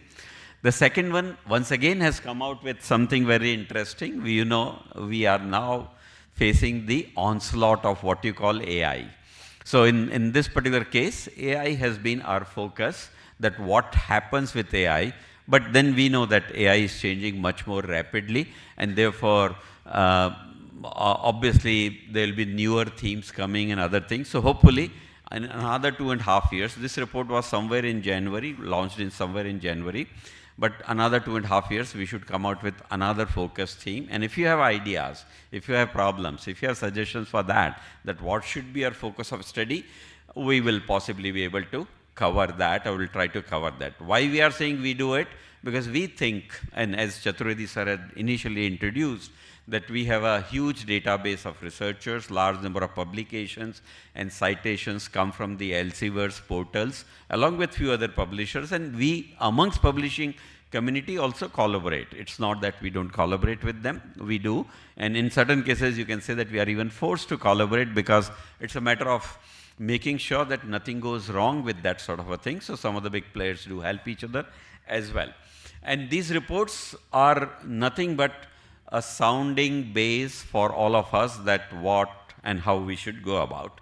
Now, why we chose research, I think is an obvious thing, but I must tell you that AI is something which sometimes we feel is getting imposed on us, forced on us, required by all of us. And if we don't do it, we will be laggards. So many different perceptions and challenges which we face. But one thing we should keep it clear in mind about this AI before, and I'm saying this is my personal view in case of AI, is that 100 years back the technology came. 100 years back the hydraulics, the machines, the motors came, and they became the mainstay of human's life. All that heavy digging, heavy load work, moving up and down, all that was being done by machines, motors and hydraulics. So our physical abilities were getting supported by these things without doubt. And today we cannot live without that, for sure. Okay, most of us must have come by lift when we came to even floor number 1. So you can imagine that how dependent we are. The same thing is now happening with our mental abilities getting enhanced or supported, that we don't have to do heavy digging. We don't have to remember every damn thing here and recall from here, because sometimes our recall is wrong. Sometimes our referencing is wrong. Sometimes it doesn't come at a right time when it is needed. All those things. So once again, now this technology 100 years down the line is taking care of your non-physical aspect, but your ability to think, or your mental aspects, if you can say so. But on the lighter side, I say, don't take it otherwise, that once we stopped doing physical work, we had to go to gym for doing the exercises. Imagine that if you stop making use of this, where we'll have to go? I don't have to spell it out. You can call it any kind of gym if you so wish. But in any case, being aware is to be good. We should know that what is working, and we are focusing on research, because if we have to do well, if we have to be developed nation, as has been said by the speakers in the previous session, we have to lead in research. If US became a leader, let's say, leading country in the world, it's primarily because of research. If UK at some point of time, or Europe at some point of time, I was recently reading some books here and there, some history here and there. I was quite perplexed that some of the smaller countries were doing much bigger work. For example, Wright brothers do get credit for the flying aeroplanes or devices you can call, or whatever instruments you can call. But then there were many other smaller countries vying for a piece of cake in that. That was the nature of those countries, so Europe did well. I think this is what we have to do. It may be the Asian century, it may be a century of India and China. We don't know who is going to be the leader, but China is progressing very well. That's a wake-up signal for us. So in that sense, research is becoming important, and that is the reason why you can say that the Prime Minister or his advisory bodies and agencies or ministries are also working very aggressively in promoting research. Last 1 month, Prime Minister's research chair has been announced. If you have seen that, around 100+ chairs would be there in certain areas, and every now and then we keep seeing reports which are there. Every now and we have seen the ease of doing research report. I do not know how many of you have seen. I saw it some 3 months back. If you don't have access to that report, please let me know. I can share it with you. But if you search for that, so India is now thinking of ease of doing research. Now the people who promote research can only do these things, but the research has to be done by us, I think. And therefore, and maybe industries also, maybe something else also, but primarily by us. And therefore, let's learn what more can be done or should be done. Okay. So, as you know, I'm from the Elsevier side. Sir has already introduced us in terms of what we do. We are around, you can say, 140 to 150 years old as Elsevier, but otherwise much more old in different formats and present in 180 countries. And some of you will possibly know us because of Scopus, and maybe the medical people, maybe because of Lancet and various other things which are there. And both QS, THE, and to some extent Indian agencies also use a lot of databases from our side to assess research. Okay, but the challenges are there everywhere because of the aspirations. Everyone wants to grow, everyone wants to do well, everyone wants to be positively impacted or showcased here and there. So these are the things which are there. So in this case, the context has been set. AI is reshaping the research landscape. Anyone who can say that I have not used AI till now in this house, or maybe the positive side you raise that I have used the AI, because you'll feel good about that. So yeah, I think most of you should, if you have not done, even for heck of it, please do it. Ask some questions, silly questions, right questions, whatever it is. Compare various formats of AI here and there, which one is good, which one is not so good, or whatever other things, you can probably get. And I must tell you that in most cases, you will get different results. You may do something today, and a month later, you do repeat the same question, the chances are that you'll get a different answer. Okay, and so it's little probabilistic in that nature, depending upon what contents have been loaded, uploaded, or becoming more significant based on that, the answers will be there. So it's not a standard solution per se, but it can be a facilitator like anything is what I would like to say. Okay, and therefore you can possibly bank on these things. And so there are points of what you call collaborations and points of doing the base work and doing all those things. Now, if I say that today I want to collaborate with someone in robotics or maybe AI area, an institution in the world, how do I find things? It's really difficult for me to find out who is doing what. But once again, AI itself can give me the answer who is doing good in AI. Something like that you can say. And therefore, all that what you are trying to do, sometime typically what you call in terms of research for 6-8 months, the base work, the foundational work, identifying the problem if you are doing PhD, I think those days will be gone. All that can be done in 6 weeks rather than 6 months or 8 months you can do. At the press of a button, you will get a lot of things, and not only get a lot of things, you'll get a lot of questions which you should try to answer, or you can connect with. I think that's the potential. But the beauty of AI in research is that if you get it from the right sources, like one of them could be ours, would be that you'll always get the answers from the vetted documents, the documents which are peer reviewed, not from the documents which public just push it into the internet or the world of information somehow. As an example, I can write today that I went to moon yesterday. I can possibly write a story or maybe something. I went to moon yesterday and I found water there, and this story will be published today. And tomorrow you are looking for moon and some findings of the moon. Someone will say in the AI that Professor Sancheti found water on the moon, because AI has no possibility of checking it. So there is a challenge when it comes to general information, or there can be misinformation, wrong information, context maybe whatever. But when it comes to research tools will generally use the peer-reviewed databases like Elsevier has, other publishers also have. All those things put together, you can possibly use it, and that's how your answers will be very traceable. You can reflect on them, and the element of trust will be very high. Today, what is lacking in AI is the trust. Most important thing in my opinion. It's getting reflected here also, by the way.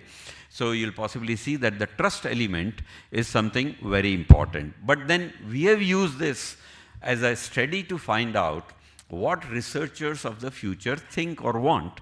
Do they want AI? Do they use AI? Are they ready to move because they get more facilities outside or inside? So this CIR has come because of that. The first version was a global version only. This particular second version with this topic of AI, theme of AI, is also global with around 3,200 selected people participating in it. From India also, there were large numbers. And as a result, we have done, in addition to the world report, 7 country-specific reports, 3 in Asia, Japan, China, and India, 3 in Europe, the Netherlands, I think Germany and UK, and 1 US. These are the countries which have been studied, and therefore there is an India-specific thing which we are going to talk about. I'm not necessarily going to talk about the whole world's report. Maybe some referencing will come with the whole world and what India thinks, where we are. As an example, I must initially say that India is the highest, you can say, difference or seeker of people trying to go outside India to do research.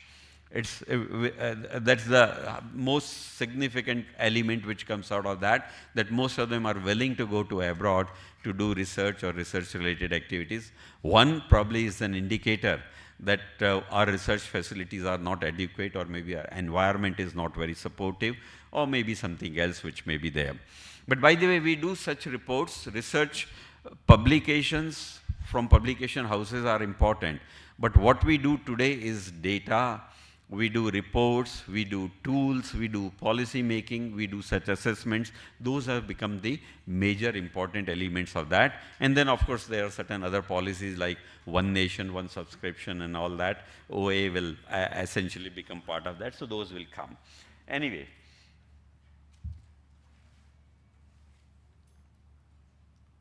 Okay, sorry, it's going back. Excuse me. Is there anyone help me with? Why is it not moving? Okay. Yeah.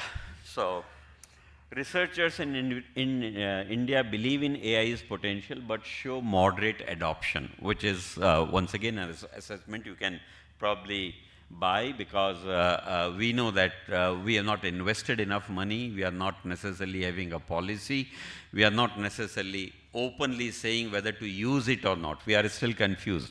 2 years back, we said no, AI is doing damage and all that. But I think the current position is we will not be able to go ahead without AI, and therefore policy is a mandate for us, which probably is not there. I think 2.5, 3 years back, Europe made a policy on use of AI in research. After that, some countries and others have done, but the Indian thing is not necessarily there. Till at least AI summit in Delhi, which was there in Fab, I think this policy statement was not there, and after that, as per my knowledge, it's not there. So current perceptions of AI tools, you can probably see that our results are not very different from what the world possibly thinks. Saves time, gives me more choice, empowers me, provide useful answers, increase my autonomy, and a specific work-related purpose. Maybe there is a little bit more difference here. So that's how we can say in terms of adoption, which is there. Here I must say that one point I was making, that all your initial work for research can be done in 6 weeks rather than 6 months. But in those times, we were doing review papers. After doing 6 months of study, we'll tend to write long review papers which will get published and it will get counted in some fashion. My own hunch is those will also seek to exist, cease to exist.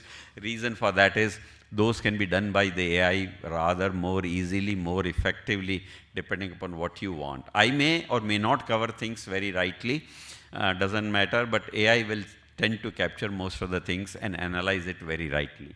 So these are some findings. I'm going to discuss findings like this. By the way, you should have a report in your hand where these things will be given in more. Mine will be an abstract of that, not full. But if you don't have, in the end, I'm going to share a QR code. You can just click on that and then you can reach the report. And not only this report, you can do many other reports which are there. For example, maybe 1.5 years back, we did something very differently, view from the top. And this was for the leaderships of the academic institutions, that what is your readiness on certain things and what is your desirability on certain things, where are the gaps largest, which are challenges only for the leadership. That was not for the young researchers. So like this, there can be many reports from our pool of things. So you can possibly see what needs to be done and how it can be done. So the dark color, orange color is for India, and the light color is for the global reference, which is there. Indian researchers feel AI ready but exhibit moderate uptake. So similarly, something possibly from the similar kind of a thing which was there in the last slide. Okay, you can say that believe they have adequate training in using AI. Maybe we are not exposed to too many tools here, or they are not accessible, but in the external world, every now and then the new tools are getting introduced. So their global researchers don't agree as much as in terms of training as Indians would agree, and so on and so forth. So these are some of the things which will help you make your own perception in your own way. What to use, when to use, how to use, where to use, what to be allowed, and how to depend on certain things which are there. Okay? So, of course, the rest of the world uses much more of AI for their work compared to Indians right now. So there are different times, and these things will change very dynamically with time, because AI is a very fast-moving entity. Now here, where Indian researchers find the most value in AI, you can possibly see that this again would be matching reasonably well with the rest of the world. Identify grant opportunities. Where do you find grant opportunities right now in India, if you have to see one portal? Sorry? ANRF is fine, okay. But industries? They also do research, and the research is actually meant for translational things for society. So we don't have such things. By the way, Prime Minister's scientific advisory, they have launched a portal, and where these even industries things are available. Okay, we are very, very hooked to UGC, AICT, DST kind of a thing, which has now merged into ANRF, which is fine. ANRF is very important and has a lot of money and muscle in terms of research funding, which is fine. But we have to look for many other opportunities. I must tell you, those who are not knowing, even, of course, DBT, DST, you know, but what you call the ISROs, or the BRN's, Board of Research in Nuclear Sciences, and all these CSIR bodies, they've started throwing open problems, and some of them will fund your solutions if they like your idea. If you submit a project, they like your idea, so they will fund you. So those are the grant opportunities. Now, these grant opportunities can be at the world level from a single tool. Imagine. Now, I have a bright idea, and now I'm ready to seek finance. What do I need? Two things: which is the best agency to fund it, and which is the best partner to go ahead with. It was very clearly said, without team, nothing will happen. I'm a strong, strong advocate of that, by the way. We have worked in our own limited silos, individual capacities, and therefore we have not been very successful, but we have the most able mind and capability, and we can slog like dogs in terms of whatever we need to do. But because we don't have team, we have not become very successful, is my take on that. So if you have to identify the opportunities for funding, you can do it from there. Manage research projects, tools are required today. I once led an institution which had 3,250 faculty members. Now how do I assess what is happening inside that? So I had to have the tools which are there. Write drafts or grant proposals. I'm not saying that they will give the ideas, but they will make sure that there is a consistency. Your objectives, your methodology, your outcomes, all are aligned in a certain way, because when I read some of the young researchers, they have bright ideas, but when they write it in document, everything is lost. Where is it going? They become very repetitive.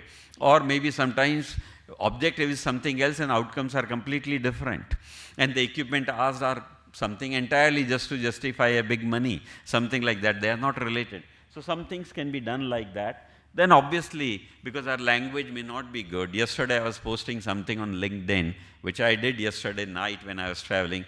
This morning when I read it, I found I made a mistake in articles. A and D, which Indians are generally not good at. I made a mistake because I was doing well when I was in the aircraft. So sometimes it happens. But had I subjected it to AI, probably I would have got my corrections then and there itself. But it didn't happen. So nothing wrong if I don't know English. But why would not I take help of someone to improve on that? So AI is that particular role.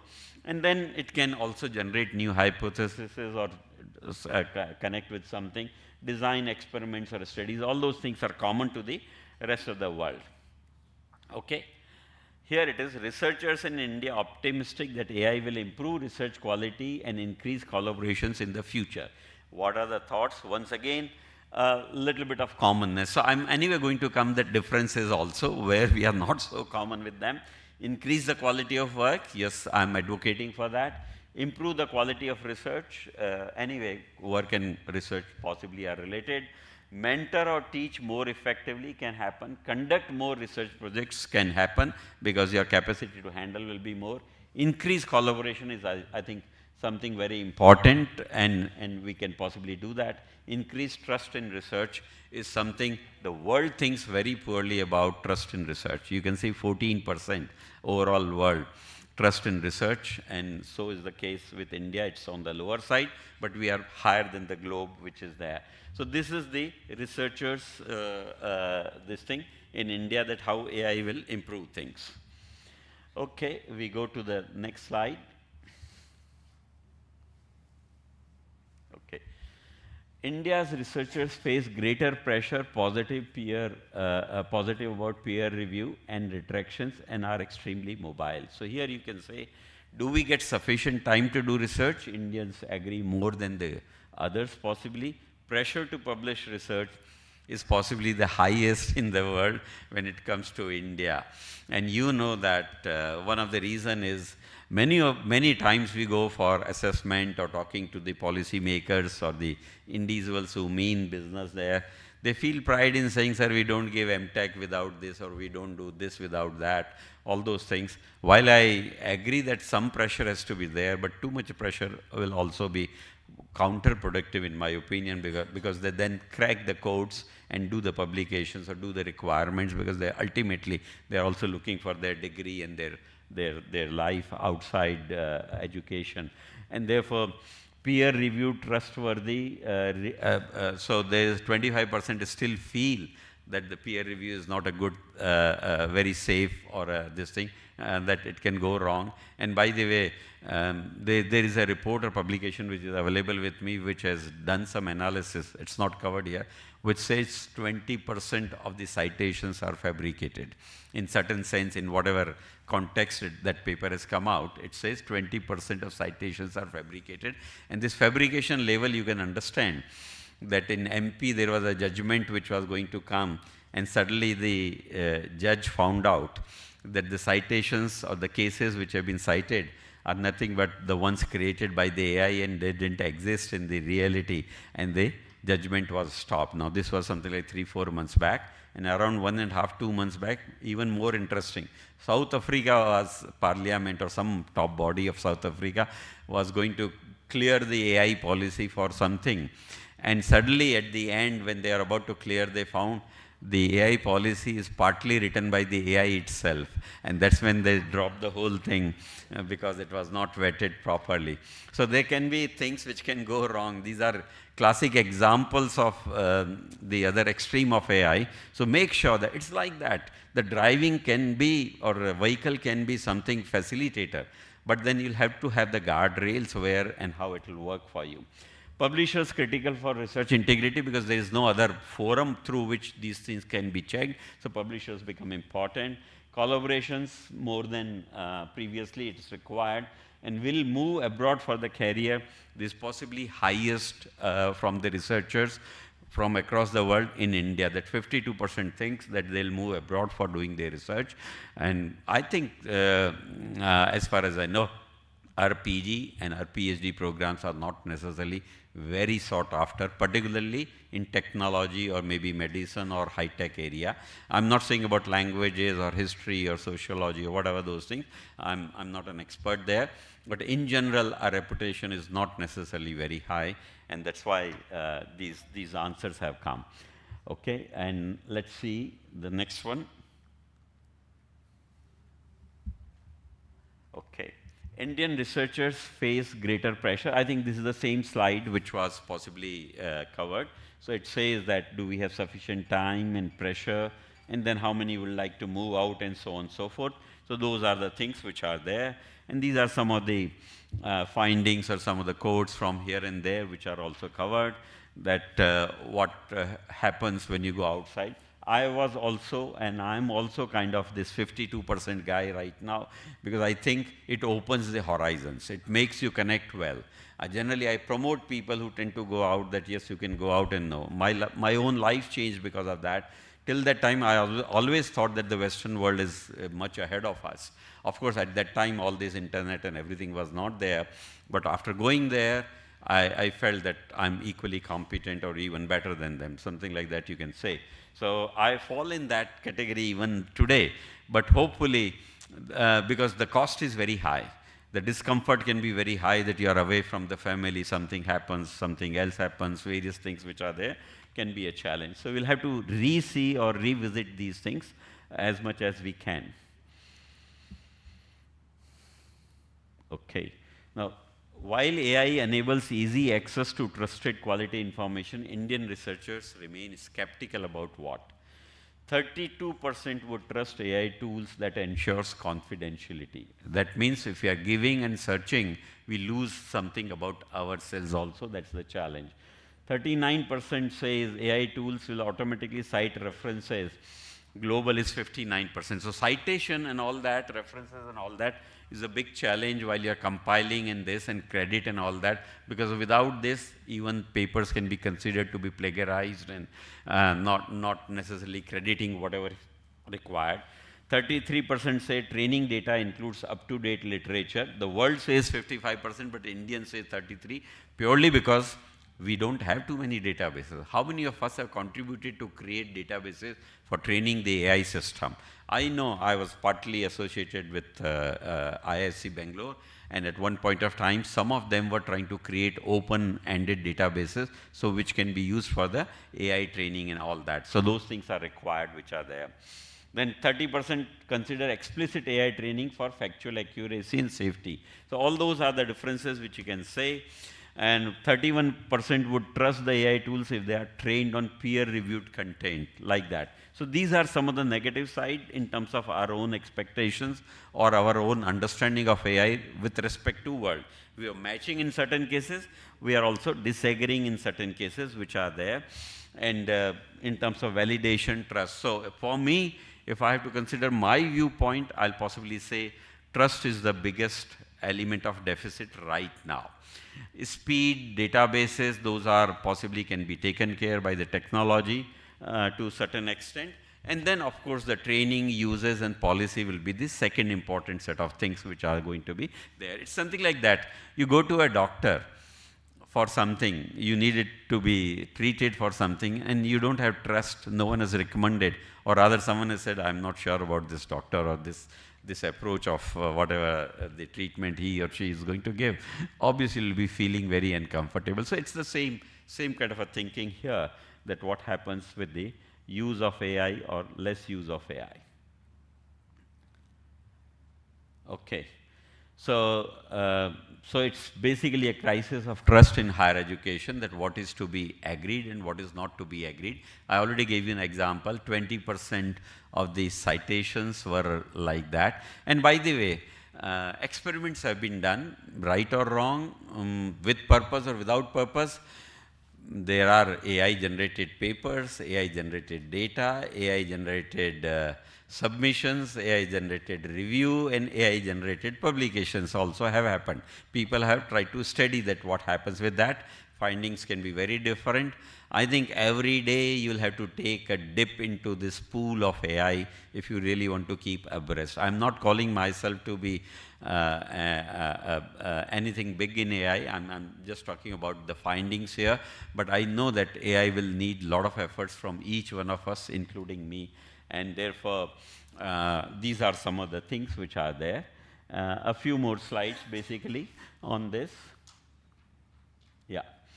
84% of global researchers use AI, but only 22% trust it. That's the kind of a thing. So global level also, the trust is very less, and India also.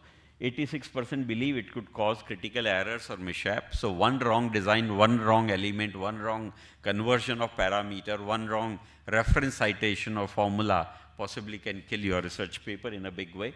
81% worries that it may erode critical thinking. I already told you in the example that you don't do physical exercise, you go to gym. So you will possibly need a mental gym kind of a thing here if you are, your critical thinking is eroded. 30% are concerned about ethical development. Ethical development is less bias of race, color, caste, creed, region, whatever it may be, because we don't have much of data. And 26% fear that it will devalue us. Our positioning will be less important as human being or in any organization. So here is a statement: the diversity of tools using AI is so huge that you have no idea which one is going to be valuable to us. I give you the same problem in a different form, that you're sitting with 15, 20 lakhs rupees of money and you want to buy a car today in India. All right, you will be inundated by offers and suggestions and specifications and positioning of various cars which are available to you. And that is the kind of a thing which is going to be happening in AI, which one to buy. So you will have to do a lot of digging, a lot of research yourself, sorry. And what would give researchers confidence in AI tools? What will make them happy?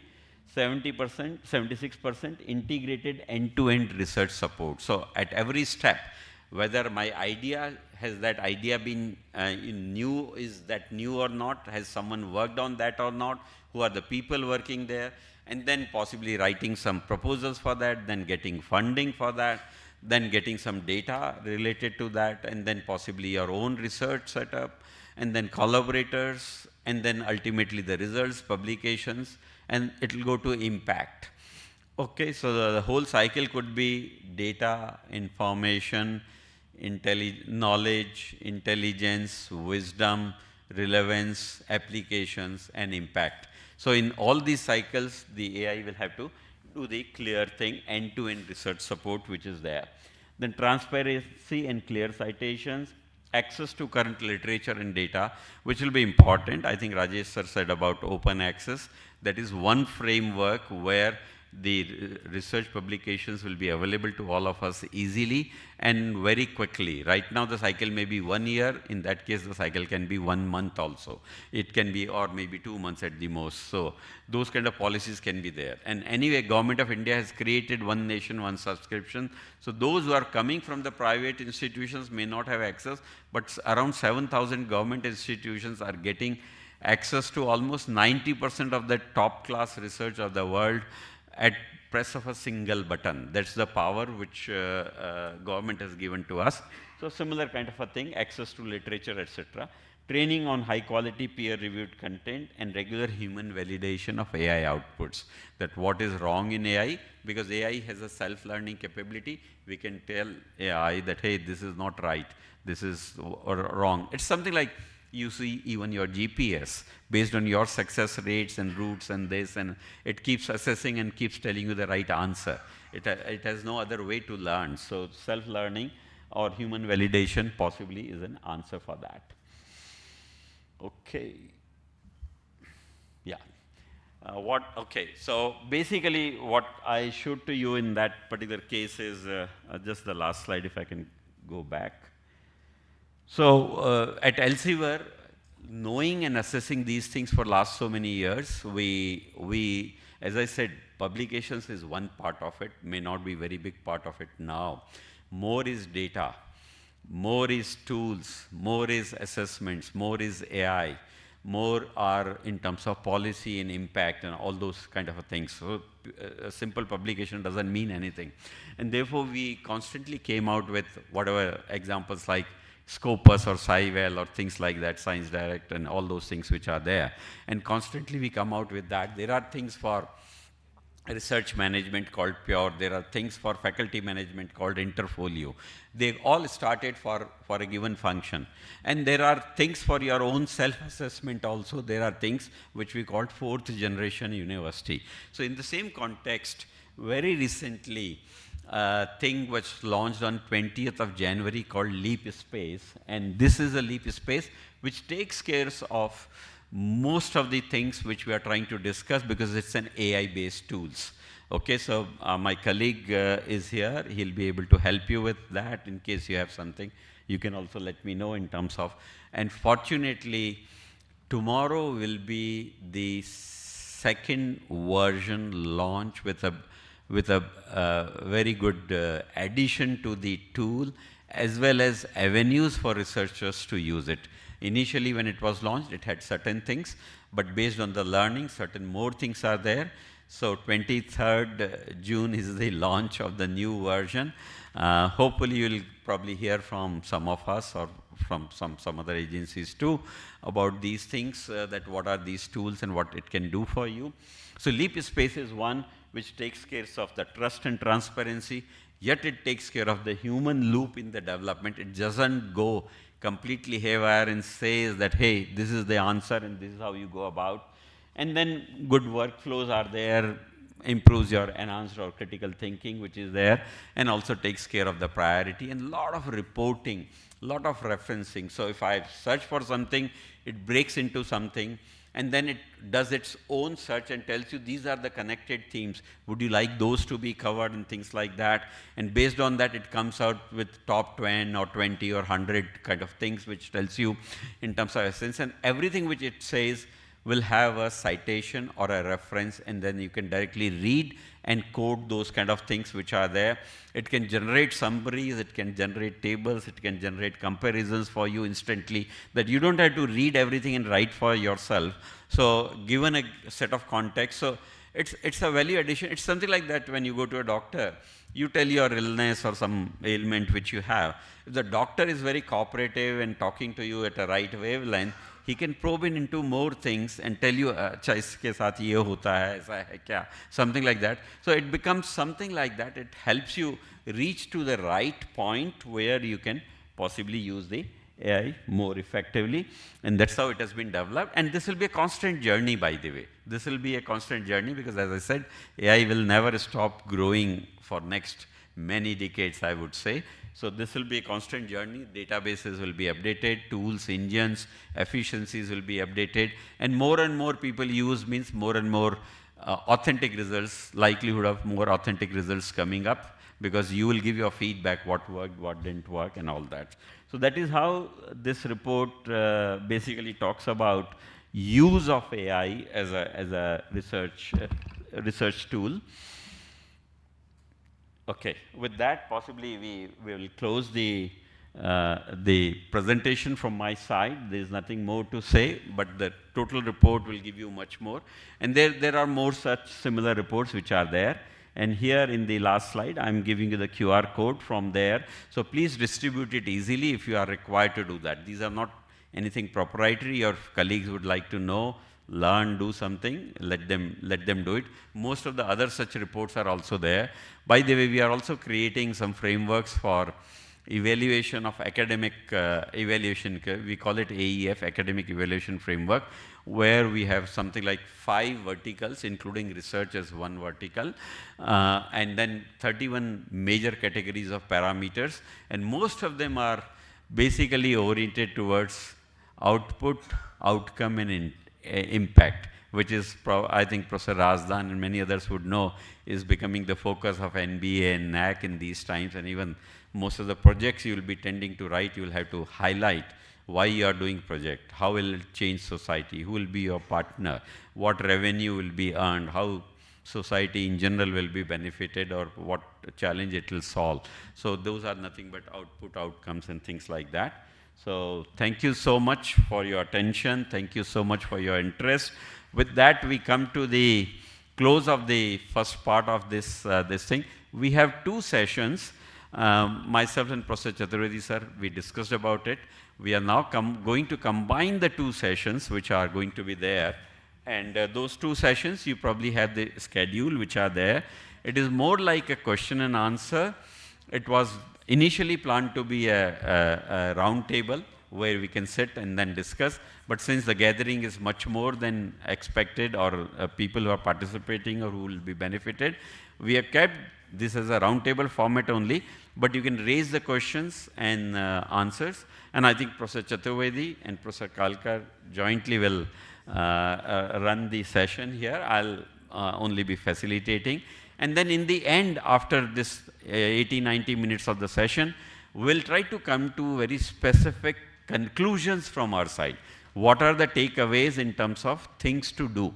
That what solutions we think can work for us. I think that will be the ultimate, and with that we'll probably close this part of the CIR report. Then possibly there is one more session on the DPDP Act from the EPSI. So with that we'll close the whole proceeding. So thanks to all of you. Thanks to EPSI and Professor Chaturvedi and Professor Kalkar in advance. Thank you. So now we are going to convert this round table into question answer session, and to facilitate a good discussion, because majority of the people who are participating, they are young teachers. I am taking help from some of the senior academicians who are part of this round table to come on the stage. They will be part of the discussion. Many questions may come. We will take their help to facilitate the discussion. So I invite Professor P.N. Rajdan, Professor B.B. Ahuja, Professor Jairam, Professor Jairaj, Professor Parag Kalkar, of course Sandeep Sancheti ji or myself will also be there. So kindly stay, and you can, those who are sitting back side, they may come on the middle side table which is lying vacant. Palni ji may kindly push some of the audience.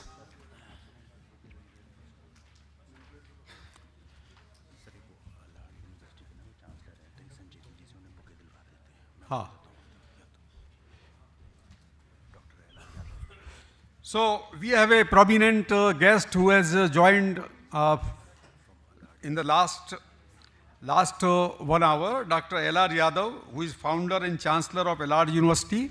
We are felicitating him. I request him to come on stage.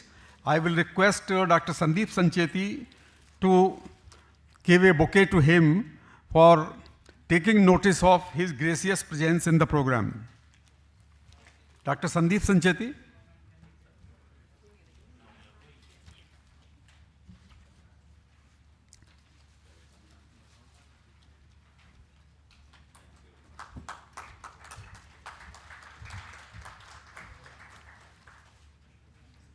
So now the structure is that we are inviting questions. Whatever presentation has been made here, you may be having some questions.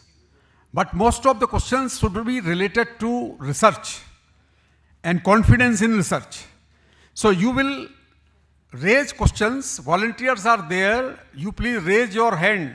Those who want to raise any question, they can raise the hand. They will be given a microphone and they will introduce themselves, their name and their affiliation with a university or college. Then they ask the question, and then the panel on the stage will take up that question. This is to be, in any question, we may devote 3 to 4 minutes time. The question can be asked in 2 minutes, and the panel can, any one of the panelists will take that question based on the presentation made by Sancheti ji. Even Dr. Sancheti ji is also here. So it's a group endeavor. We want to excite the audience. Whatever has been presented here, they should carry forward this discussion. So over to our colleagues, young colleagues. Raise your hands, please. Yes, microphone, please. First. Yes, sir, mic. Please give mic to Professor Sahu ji. No, sir, mic से अच्छा रहेगा.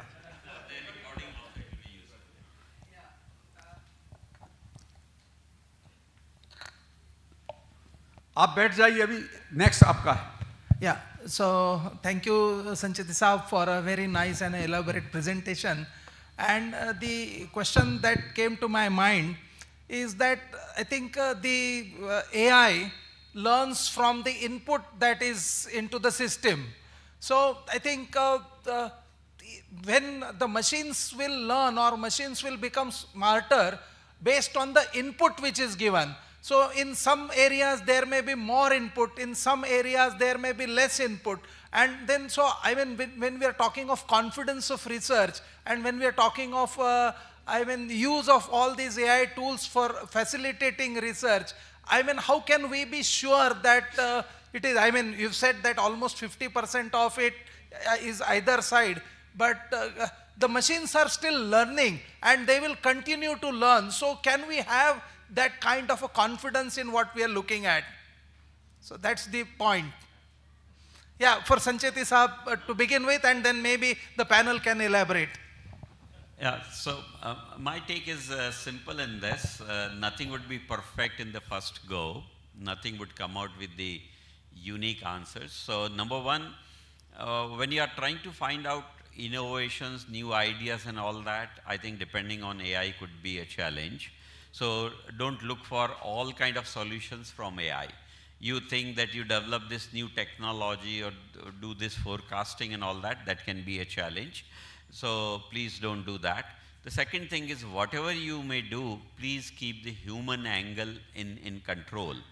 I mean, the sense that human intervention is there, all the references given to you, all the data given to you, I think there should be a way to check or recheck it. Even in the normal public, forget about AI, normal publications, things must have been going wrong. They were plagiarism and they were wrong data, manipulated data or fitted data or whatever way it was done might have been creeping in. So even if it is, AI is telling you a right thing, but it's time for you to check the integrity of what it is referencing from. But the best thing is AI will do all that for you in seconds or maybe in minutes, what you probably would take months or maybe weeks or whatever it may be. And AI can possibly cover almost entire world possibly if you so wish, or restrict it to a region if you so wish, whereas for us to do that would be difficult because those references will not be available. And therefore, you can say that this challenge of what is right and wrong will always remain, sir. You cannot, but as long as your percentage, this is true with every technology. Whether you have the thermal power or hydel power or nuclear power, right and wrongs are there. You have all the weapons and dynamites and all that, rights and wrongs are there. And the same goes with the automobile, that India is full of all those accidental challenges which are there, but we cannot get rid of this thing. So the safety concern, the trust concerns are not going to go away very soon, very easily. But what happens is, once you've done a check on a given subject, you can master it rather easily because you know the right set of people, you know the right set of data, and you develop an insight into that. So in that sense, it's a great accelerator, facilitator, or catalyst. That's all I would like to say. Thank you.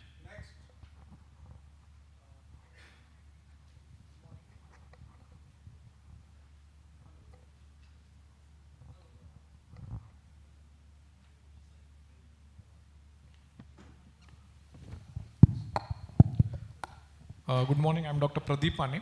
My question is more related Your affiliation, please. Sir, I am principal of AISMS Institute of Information Technology, Pune.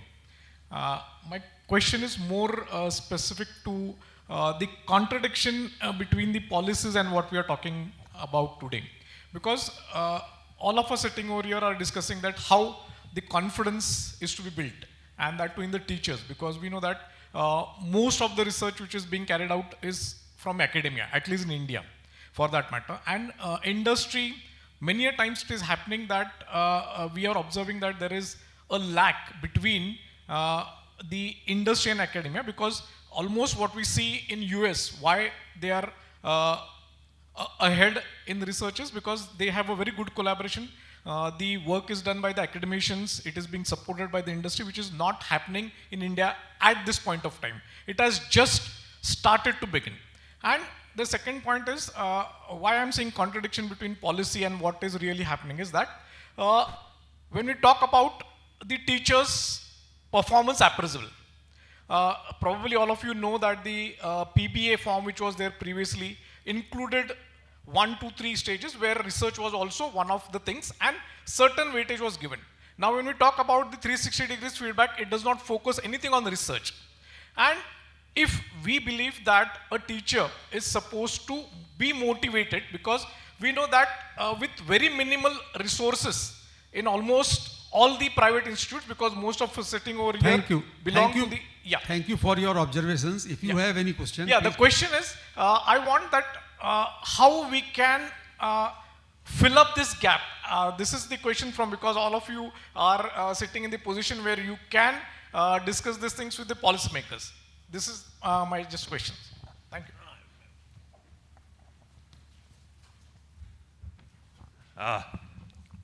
First thing, when we talk about the artificial intelligence, we have to balance ourselves. I have done PhD in 1972 from IIT-Roorkee. Neither we had a computer, neither we had. I remember today also the paper from which I had taken some data, how we have been able to do it. Now, AI is definitely there to help us. But until and unless we try to understand the aspects of AL, we have been too fast in adopting the AL, which is going to damage at some time.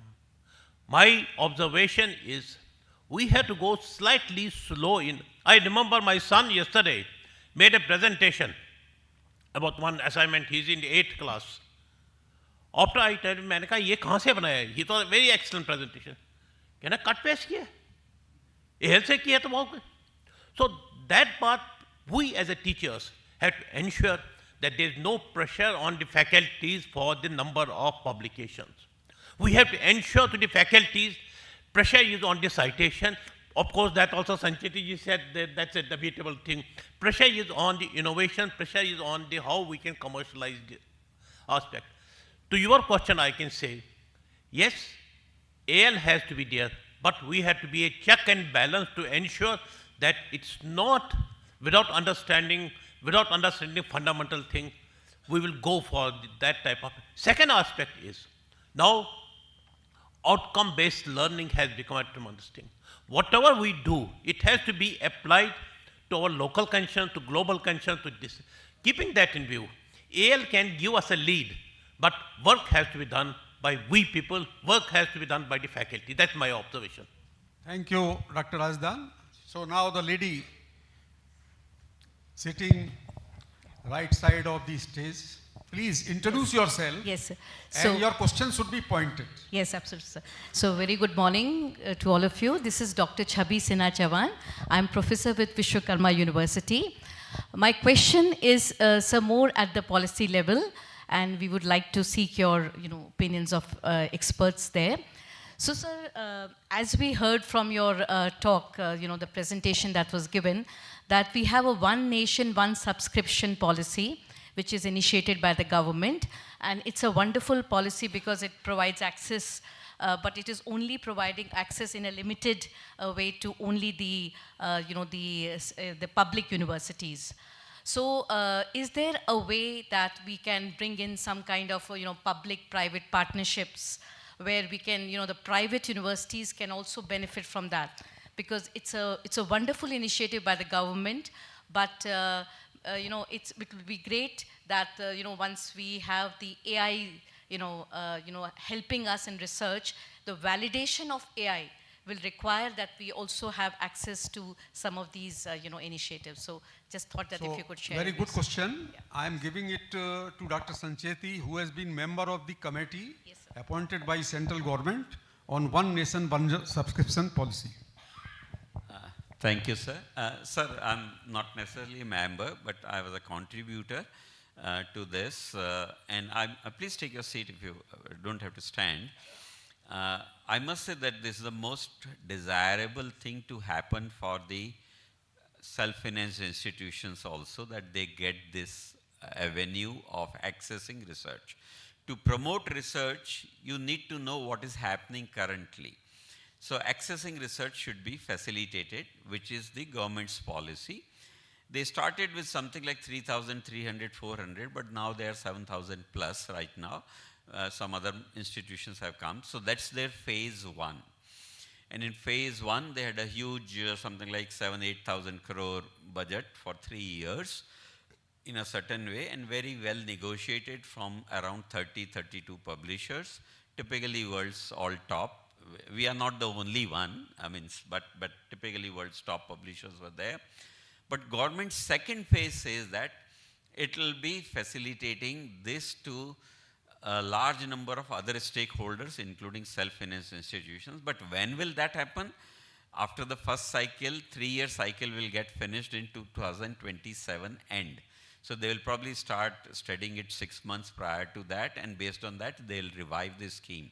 So can they include us in that segment or not? I'm not currently commenting on that, but they will study it.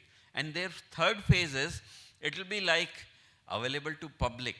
There will be some public, you can say booths or something, where you can go and find out something, what is happening in research through certain things. So it will be full public access. Second will be with this thing. So that's the government's aim, which is a very pious and positive aim, I would like to say, which is happening there.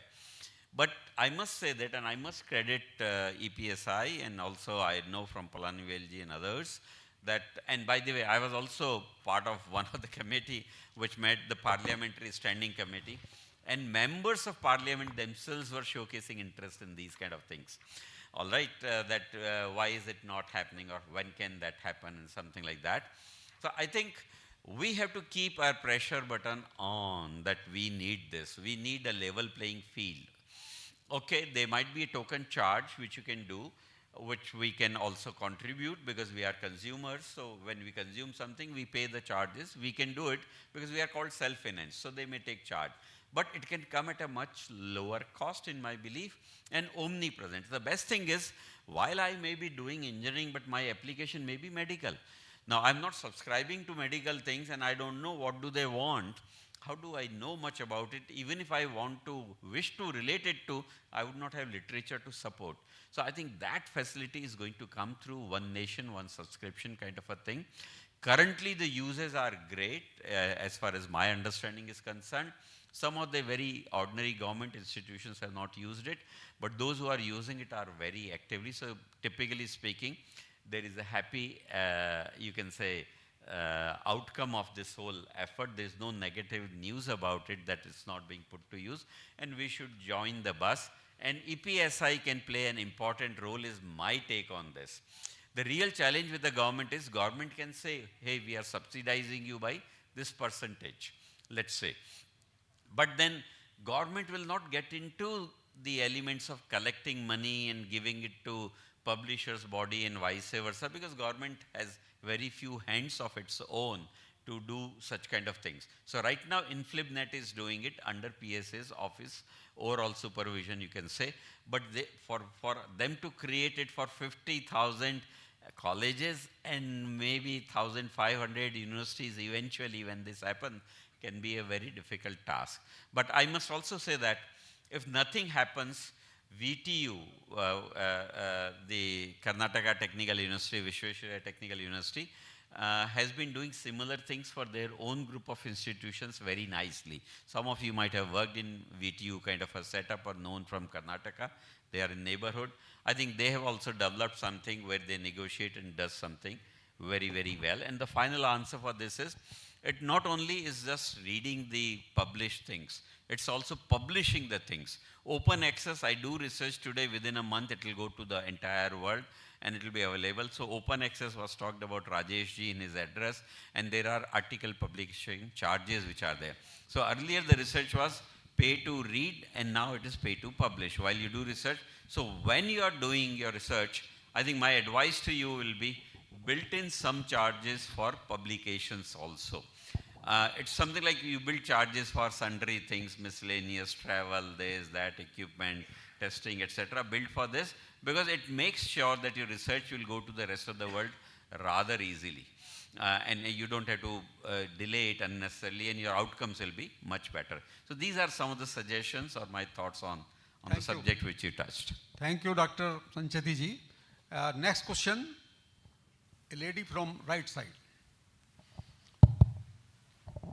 We will come to the middle side. Good afternoon. I am Dr. Goyal. I am Professor and Assistant Director in Dr. D.Y. Patil School of Science and Technology, Dr. D.Y. Patil Vidyapeeth. My question is, like, now we are in the era of AI and there are many tools available to facilitate research. So how the trust in the scientific research can ever be survive if readers still begin to think it is written purely by the AI and verified by the humans? Can you phrase the question once again? Yes. My question is how the trust in the scientific research can still be survive if readers started thinking like it is totally the paper or the journal, it is totally written by the AI and verified by the humans.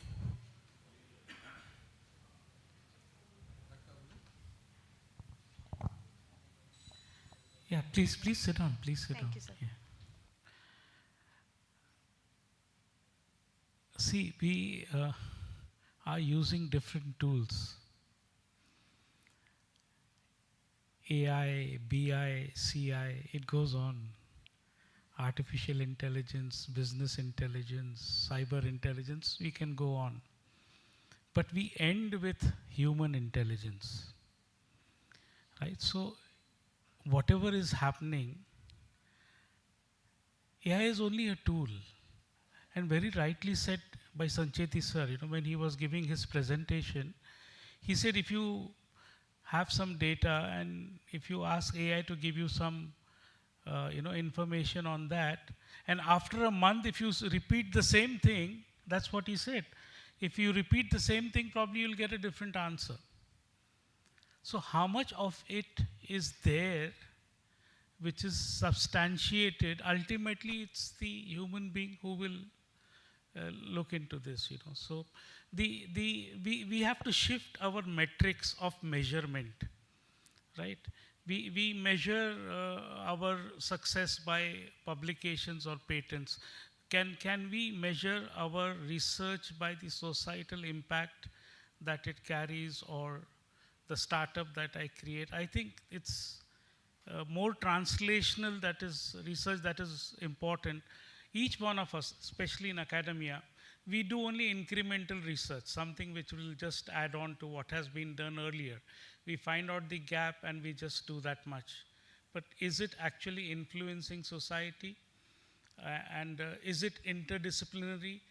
These things, I think, will help us to answer your question. Yeah. Can I add something, sir, quickly? Yes. Dr. Goyal, it's not an easy answer, but you will have to understand the different names of AI according to me. These are not universal, by the way. My own thinking, you can say. I will call it not artificial, I'll call it added intelligence. Okay, I can call it additive intelligence. I'll call it augmented intelligence, whatever name you can give to AI. Basically, all these refers to that it can be your support element. You'll have to rely on yourself, human element. You'll have to judge it whether in your context it fits the bill or not.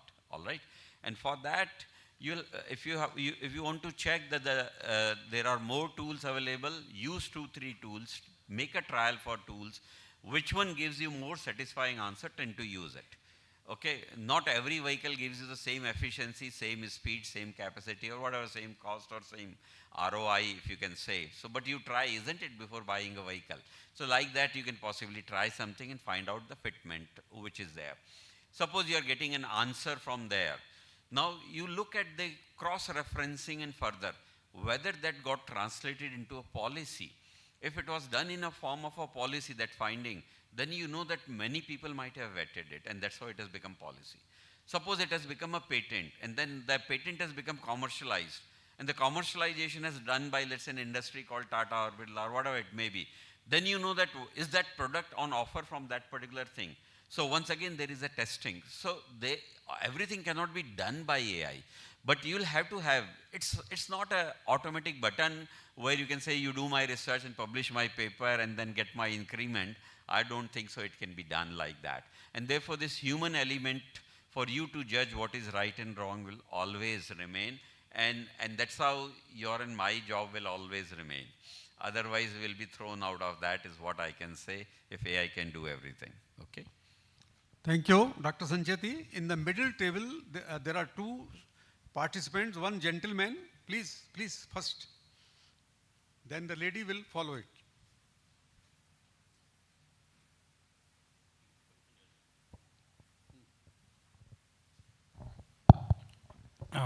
Hello, good morning. I am Dr. M.M. Patil. I am a Director of Research on MIT-ADT University. And I am fortunate to work under Professor Y.M. Jayaraj, sir, where he is a Pro-Chancellor of our university. And I agree with Dean, sir, where majority of the research is going in academic institution in India, particularly with reference to medical subjects. My question is, what policies should institute develop to promote responsible use of AI both by students as well as the faculty? This is one question. Another question, the reputed publishers like Elsevier, what role the reputed publisher Elsevier to promote ethical use of AI in research? These are my two questions. So first question is to be replied by your Guruji, Dr. Jayaraj. Second by Dr. Sancheti. And meantime, the lady can also ask her questions so that jointly these questions can be answered, please. Greeting to everyone on the dais and off the dais. I am from MIT-ADT University, Dr. Ranpreet Kaur. My question is regarding the APC charges. Like when we say we have to go for publications, so there are too much APC charges like $1,000, $1,200. And when we go for conversion into Indian currency, it is too much for the professors to go for publications. Even though if we are doing good research, because of these financial constraint and funding issues, we are not able to, give recognition to our research. So whether like publications, houses like Elsevier, whether they can give certain concessions, certain subsidies to developing countries like India so that we can go for more promotion of research from India. So her question is to be taken by Professor Sancheti because he is the vice president, and whether the researcher will have to spend or Elsevier can make some concessions, or the institution where he is working, they should give some grant to every teacher for meeting expenditures like this. Like if they are given 1 lakh or rupees 2 lakhs per annum, then they can meet those expenses. So there are 3 probable answers Dr. Sancheti has to give. But before that, Jairaj will take. Sir, sir, additional question with madam. Sir, additional question with madam. Regarding like whatever madam is asking is every institution has same questions and every author has raising these issues. Any plan like a plan as or any transformative agreement by Elsevier that can be benefited for all Indian authors? Repeat your question. Any plan like a transformative agreement or plan as like European countries in Indian scenario? Good afternoon. First of all, regarding the policy, I would like to put it in a simple format regarding the use of AI in research in the following way. 25 years back, we used to spend 6 months only for literature review, going to a central library, taking biological abstracts, chemical abstract, physical abstract, physically, and reading and preparing a card. And after creating a card, take the address of the person, send an email or C-mail to that person to get an article. Collect those articles, read them, and by year end, format as to what type of research you are doing. So by the time you used to complete the very question of research itself used to take minimum 1 year, just 25, 30 years back. Then came the digital era where the e-library concept with the help of search words helped us in identifying the related articles for my subject within a month or so. And you used to again collect them and corroborate whether which one is better, and then you have to develop the hypothesis as to what is the research of mine. Now the third dimension which we are discussing today is there any methodology where the database created by intellectuals in the digital era can help us in refining the very process itself? What was taking a month, can it be done in a day or 2? That's where artificial intelligence comes into picture. Namely, earlier, the digital was giving only the data. So there are so many articles in a particular topic. It's for you to choose. Whereas now, artificial intelligence tools developed by the publishers, developed by the digital era through the database. I fully agree with Dr. Savji's statement. If the database is good, then artificial intelligence is good. If the database is weak, the artificial intelligence is bad. So now we are in a situation where in 2025-26, artificial intelligence is a must in research, particularly to formulate the research topic, go for literature survey, find out whether it is feasible or possible or affordable. At the same time, what is happening in the entire world everywhere. So the question here is the answer. Should we fully depend upon it? No. That is a tool which ultimately facilitates. Just like when you enter city Pune, you will not be asking how to go to Sheraton. You are believing in GPS today. Because it has developed faith in you, trust in you. It has taken almost 10 months for us to ultimately get into the Android phone, the smartphone, and ultimately go for it. So this is high time that every institution should have a course, fundamental course on artificial intelligence and tools in research. How exactly we can use them and what are the latest trends in that. This is first answer. The second, AI for teachers. Yeah, AI for researchers first. Researchers first. Because what to use, when to use, how to use. If you are not knowing it, then the very purpose is defeated. So that is first. So through EPSI, through our own universities, and through the coordination of the universities of EPSI membership like Balaji Vidyapeeth, Bharati Vidyapeeth, ours, DY Patil, anyone, we should have develop this system of training teachers on usage of AI tools in research. This is number one. Number two, regarding the transformative agreement, we fully depend upon a very positive response from Elsevier and other companies, where if they can come forward with a standardized transformative agreement that this is the reasonable rate based on which the publication charges can be put, the university will be definitely making budget for it. See, already we are providing 10 to 20,000, 30,000. Sometimes it's going up to 1 lakh.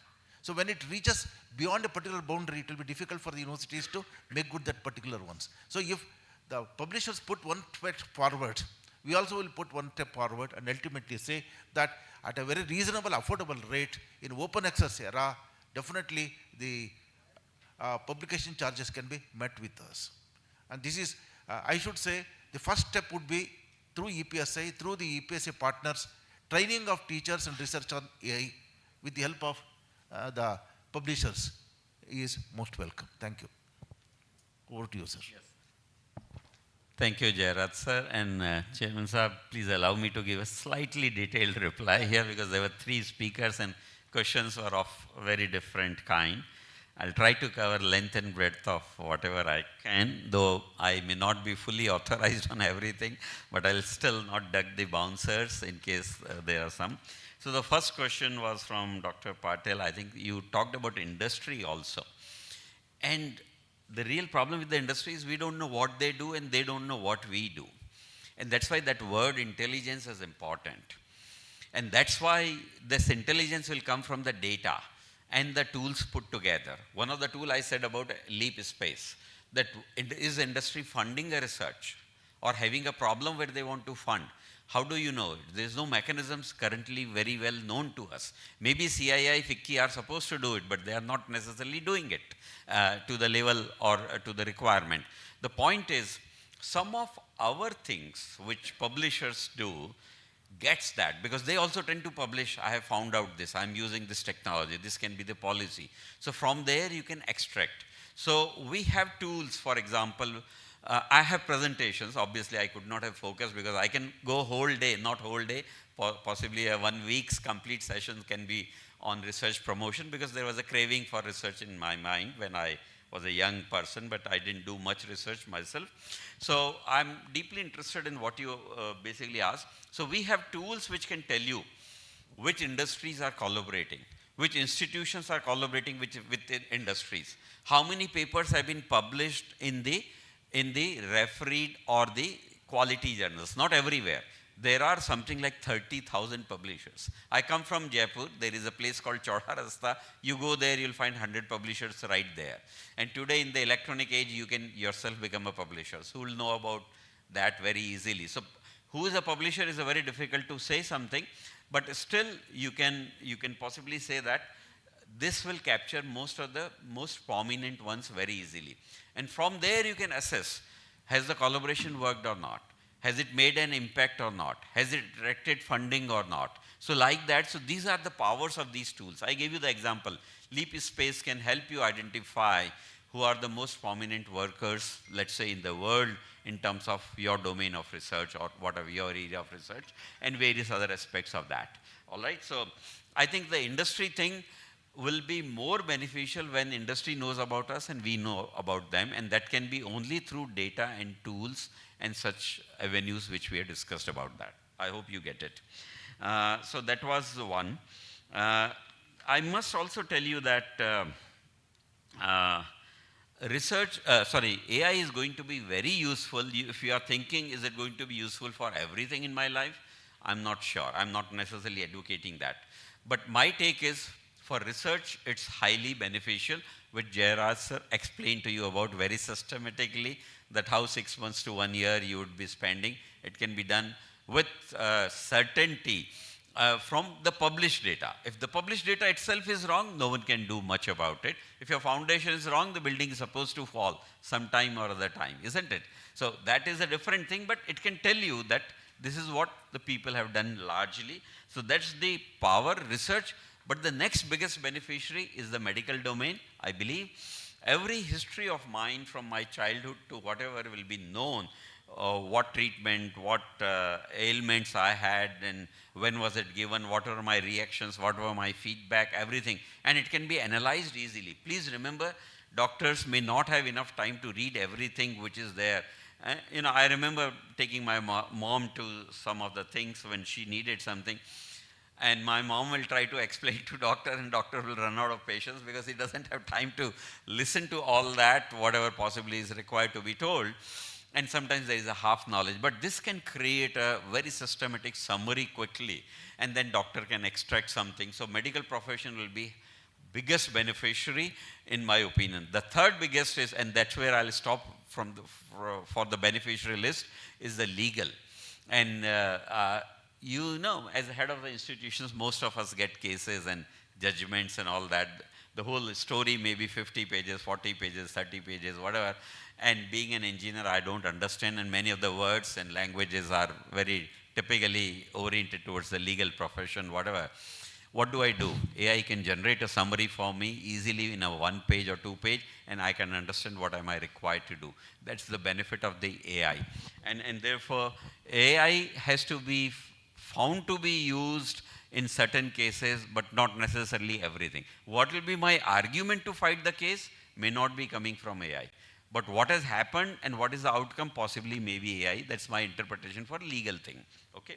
So that was the answer for industry and possibly the users. And by the way, today, if you're thinking impact rankings, most of you, do you know about it? No, not many are raising hands. What's happening here?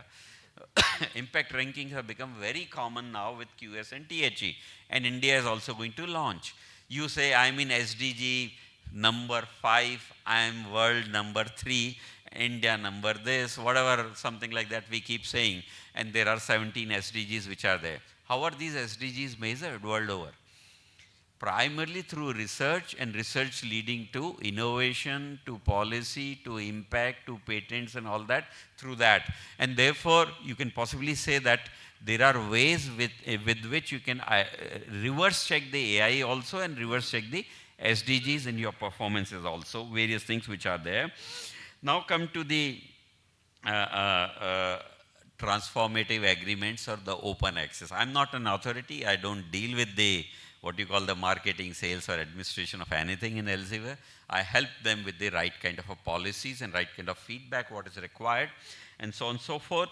But my colleague Lavanya is here. He's possibly will be able to help you with some sort of he's raising his hand just in case. You are tall enough, my dear, but you can still stand. Can you stand up? So he'll be able to help you or connect you with the right set of people in case something is needed from your end. But when it comes to transformative agreements, there is no standard things. There are diamond OA, and there are green OA, and there are various other things. Policy is evolving. It's something like that. What is a policy for what you call open source software? We don't know. We all love the word open source software, means it will come free of charge. But then there are no one to regulate it. And as a result, they have not necessarily found the required use or the potential to be realized from the open. I'm not saying everything is wrong. There are many good things in open source also. Those are from computer science background will possibly know. Can you conclude? There's paucity of time. Yeah, just one more point on this. So on this OA, I must tell you that most of the publishers have their own framework. Elsevier gives a huge amount of concession for the publishers coming from Indian origin or India. You may have a foreign author and you are given the first name, it may not be counted from India or whatever that, those are different things based on the this thing. But a large amount of this thing is given, the world is divided into few zones or whatever. But the problem is, like, you may seek a concession. Those who are from America or Japan say, why do we pay higher price if Indians don't do, or whatever. Those kind of challenges are also there. And if you don't pay, who will pay? The reader is anyway reading everything free. Publishers will cease to exist in the sense they will not publish. And if I don't publish or you don't publish, it doesn't get disseminated. Research becomes meaningless because research is not known. So there is an angle where these things are happening. constantly evolving. There are agencies, I'll not name the institutions who have done these transformative agreements in India also. There is no prohibition, but these will be based on the requirement, and most of these things are also volume based and your potential based also, something like that. So please do explore those things. And last thing about this is, Government of India under ONOS paid 150 crores in last 6 months for open access. My take initially was that people will be falling over and they'll have difficulty. It's very subjective. See, within my departments, 10 departments are there, 10 paper comes, and I have only 5 slots where I can pay. How to decide which paper to publish within my own institution or department becomes difficult. So imagine pan-India. So I was thinking they'll have a lot of problem. But unfortunately, there were not too many takers at the ONOS level. So there are many challenges in evolving such policies. I think this question was asked by Dr. Kaur. You raised this particular point. But it will take time to settle down with these things. And this will be not a tailor-made, not a ready-made solution. This will be tailor-made solutions which you will have to arrive at. So be in constant understanding, development, negotiations, what you require, what they can give, and based on that, the solutions will come. So, thank you.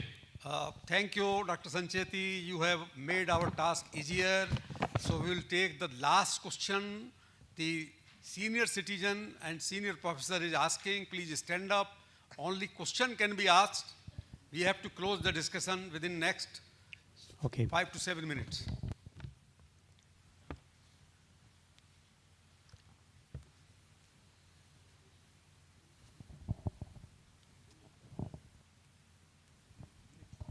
Hello. Yeah.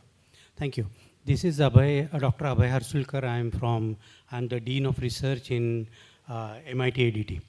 Okay, my question is, many of the universities do subscribe for websites like Turnitin or Authenticate for plagiarism check, AI check, and now as you raise a point, like for fabricated references also.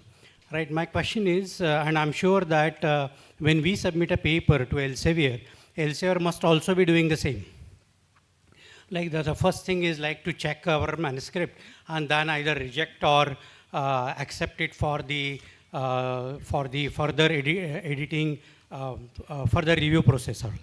Right, my question is like, why not like Elsevier come up with its own tool, right? When we submit a paper, they first check it for the, for all these three, like AI, plagiarism as well as the fabricated this thing, and then allow us to submit. Okay. Right, so that is what thank you. My question is. Dr. Parag Kalkar. Sir, there are many tools which are available in the software format which checks about AI. They have their intelligence which checks about the duplication of data, use of, if you have used any of the AI tool in your research writing, it can get in the report. The latest, because they are also advanced nowadays. The thought process which is going around is only how I can get my paper published. But I think the initial thought has to be given to everyone is first why I am writing this research. What is the purpose of research? Why now is missing? Why it is required now? And the most important thing of all our research which is happening in institutions for years together, who is a consumer of the outcome of that research? Most of the time is nobody. Except publication, we are not focusing on anybody. I have seen a research paper, beautifully and technically correct research paper published by a finance professor, which talks about comparative study of the financial analysis of company A versus company B listed on stock exchange. And to create that very seriousness, he has used questionnaire method, where the data is available secondary and the most reliable data is available. So I think we have to find out that publication comes at the end, but I think scientific, that word is more important. Our research mostly happen on emotional tools rather than scientific tools. And one important thing which I wish to tell everyone is, all these tools can be used as a particular point for the particular purpose in your research, not for end-to-end research. One tool can replace maybe data processing or data analysis. Another tool will come that will replace another thing. But I think what is happening that whole thought process goes on. So human intelligence should be supported by artificial intelligence and not replaced by artificial intelligence. I think we have to find out that. We found a lot of research paper which is coming to our university for various purposes, as a clone research or data fragmented research, data multiplier. You have 400 data which you have processed, but you have taken only 20, and then in Excel you have multiplied it to 400. So many things can be easily found out. And there are instances which happen. I think ethics is the most important thing. AI can be used only for the certain reduction of time or certain fragment, not for everything from end to end. So I think it's time has come for all of us to really, these all tools are for curation, better curation or correction, not for creation. If we start using for the creation of research paper, I think the problem has come, because we are not using our own intelligence. It is surrendered to someone else. Thank you. So I am going to ask a question. Now no more questions. Now the final. Can I add one? Final word. Final. Just a minute. Yeah. Final word is to be given by all the panelists who are sitting, including Dr. Sancheti. My question is, after 3 years, in 2030, how will you find impact of AI on Indian higher education, specifically scientific research? My question is, by 2030, how you foresee the Indian higher education will be impacted by the use of AI, good or worse? So over to first Professor, please. Yeah.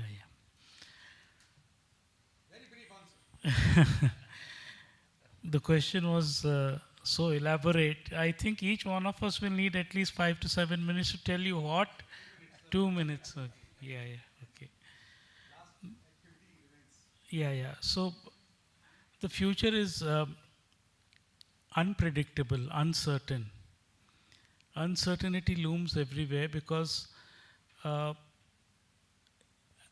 of us have been discussing this and making a mention that AI is just a tool, right? It rightly said by Professor Parag Kalkar, sir, it's not for creation.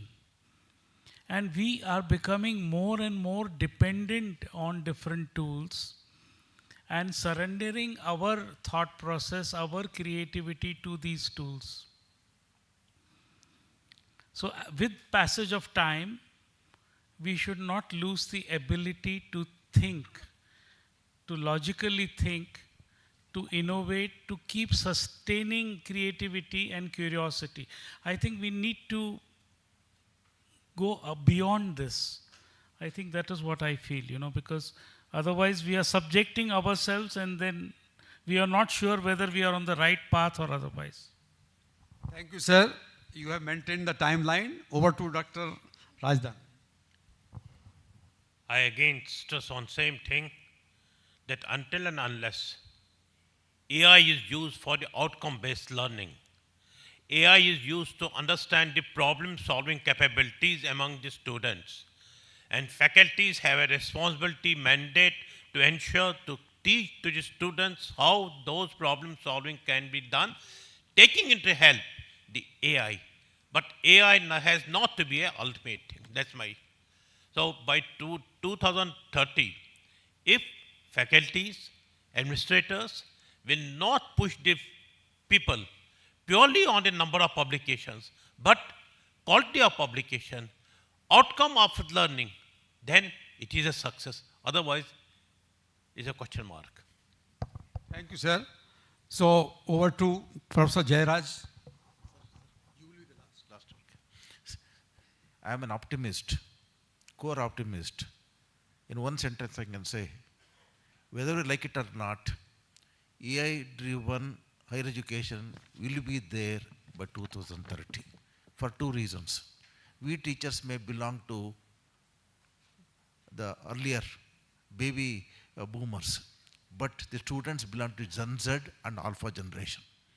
They are not computer immigrants, they are computer natives and born with computers.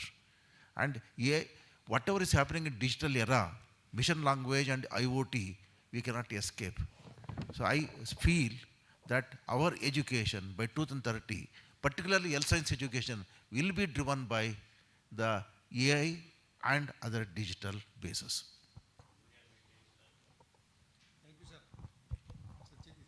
Okay. Okay. So, before going to this particular question, I must say that there was a question about publishers using the AI themselves. Yes, it's extensively used, let me tell you. Roughly the publications which come out from the top publishers may be 5% of the overall, 10 to 20% of the overall submissions. So 80% it will be reject or maybe processing something wrong or incomplete or inadequate, garbage also in some very bad sense if you want to say. And therefore they have to use these AI tools because otherwise this will be imposed on the reviewers and which will not be good. If I give you 10 papers and 8, 9, 7 are getting rejected, you are not necessarily very happy reviewing such a thing. So yes, it is being used by everyone. And by the way, I must tell you that publishers themselves have collaborated to understand these things. That if suddenly Sandeep Sancheti is publishing 40 papers, 20 papers, 30 papers in a year, which till last year was less, ethics, or maybe he was publishing electronics, but today he's gone to commerce management, whatever else maybe. So then they kind of identify and tell us what is. So, yeah, so I'm coming to that, sir. That point was important. That was a slightly novel question. So I think those things are happening, and therefore we will have to keep pace with that. But ultimately, if data is fabricated, it will not be AI which can do it. It will be our peer reviewers can find out. People who are following it or referencing it or using it can find out what is wrong. Because AI cannot generate scientific data by itself, but just by extrapolating something which will be wrong. So that's the answer to that question. Unfortunately, the concerned person has gone who raised this particular point. But when it comes to 2030, I'm highly optimistic that this will be there. I've already given you an example. This will not allow me to do heavy digging from my mind very easily. Everything will be available to me at the tip of a press of a button. So I'm very optimistic that we always goes through a cycle of hype or underperformance or something like that. There are transients in every manufactured systems or engineering systems. We are going through that transient where there's a lot of hype. Hype is also subsiding right now. It will come to a steady state in a couple of years. I don't know whether 2030 is sufficient for that or not because the kind of technology, but I still think by 2030, yeah, it still be a beginning, but the transients will be much less. If you know sinusoidal, tapered sinusoidal, it will be something like that. And I don't see a future existence in the future without the use of AI right now. Thank you. In 2030, we'll be marching towards creating research universities or research institutions. And we have to find out that how this all future research institutions or universities will handle real world problem, giving real solutions, rather than only creating a publication at the end of the day. So you have to really find out that there is a world which exists beyond Google and beyond AI. So all the tools which can be better used by my students. So what I give additional in my research, I think that is more important. We have to find out that what is that real, which we create an impact on the industry. And confidence in research from the industry side is also to be seen by the professional institution. How many industries is coming to us to pay us for the research or solving their own problem, which normally happen in some of the developed countries around India? No one, practically speaking, except few IITs and few institutions. So I think that confidence has to be generated with Lakshmi along with the Saraswati. Thank you. So, I think what is required in time to come and which each one of us sitting here has to instill is inquiry-based learning. I think if we are able to promulgate that and propagate that, probably we can then be ahead of the AI tools and all kinds of tools. So, I would like to make a request to all the participants. Kindly give a big applause to all the panelists.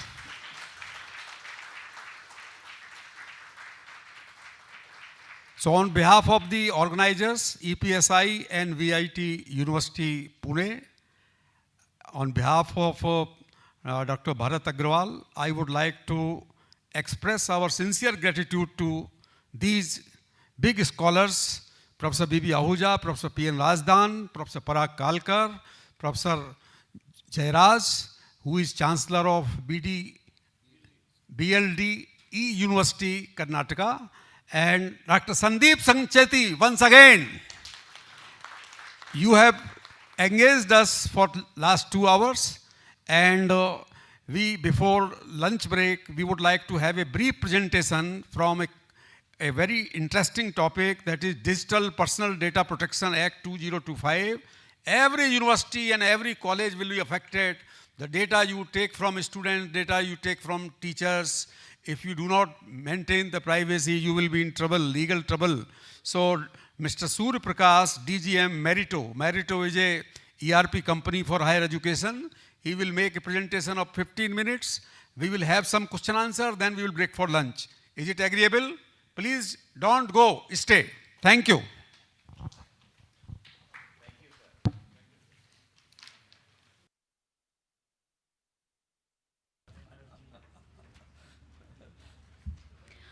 Thank you to all the panelists for enriching today's dialogue with diverse perspectives and actionable recommendations. Our next session addresses a topic of growing importance in the research and digital ecosystem. It is our pleasure to introduce respected Mr. Surya Prakash, DGM Merito.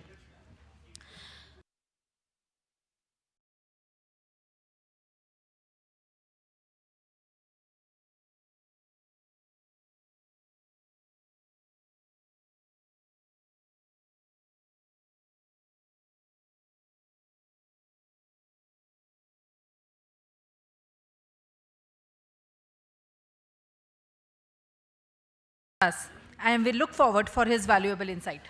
May I, as a gesture of our gratitude, may I now request Bharat Agrawal sir to kindly felicitate.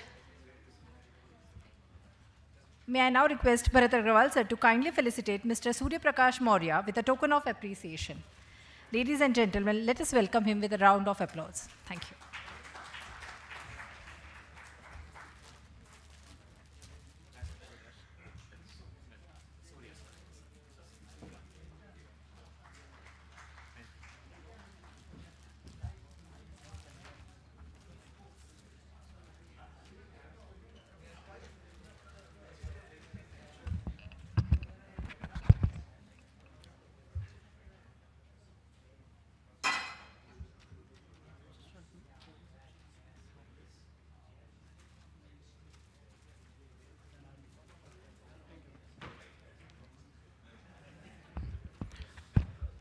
So, a very good afternoon, everyone.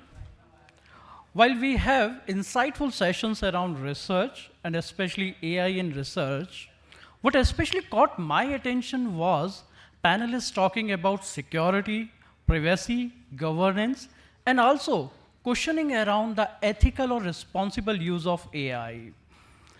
While it is ISO 42001, which basically takes care of ethical or responsible use of AI, which is a global standard, what we are going to touch upon is around data security and privacy, especially focusing on DPDP, which is a privacy framework. Now, before I start, we all know that educational institutions are one of the biggest collectors of data, right from an inquiry form, wherein you are collecting the identity or contact data of students, to your admission forms, when you are collecting exhaustive volumes of data around academics, work-ex, curriculars, address, and multiple other personal data points. So the question is not about what data you are collecting or what are you processing it for. It is about how you are governing that processing. So with this, let's look into what DPDP means for educational institutions and how can educational institutions prepare themselves for the new reality.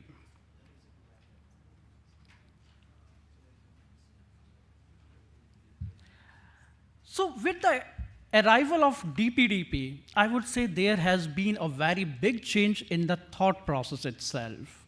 So the data, which was considered as an asset in the old school, that is a strategic asset, the more data you have, the more is the outreach, maybe easily you will be converting into admissions and the nurturing. While you collected heavy volume of data, without even thinking whether it is required for any specific purpose, whether it has to be shared with specific individuals, where is it stored, how it is secured, and so on. But in the new world, data is a liability. The more the data, the more is the risk. You need to start thinking, whatever data you are collecting, is it required for the specific purpose? Giving you an example, if we are collecting Aadhaar card number in our application forms, is there an identity verification that you are processing? If not, then it's an additional data point which is collected without any purpose. So you need to start questioning whatever data we are collecting, is there a purpose assigned to that data? Are we storing this data securely? That is, do we have the necessary measures which are prescribed by multiple privacy frameworks, including DPDP? So you do not own the students' data now. It is like you are borrowing the data from the students for a specific purpose, which could be application or admission. And once the purpose is over, your right to hold that data actually evaporates.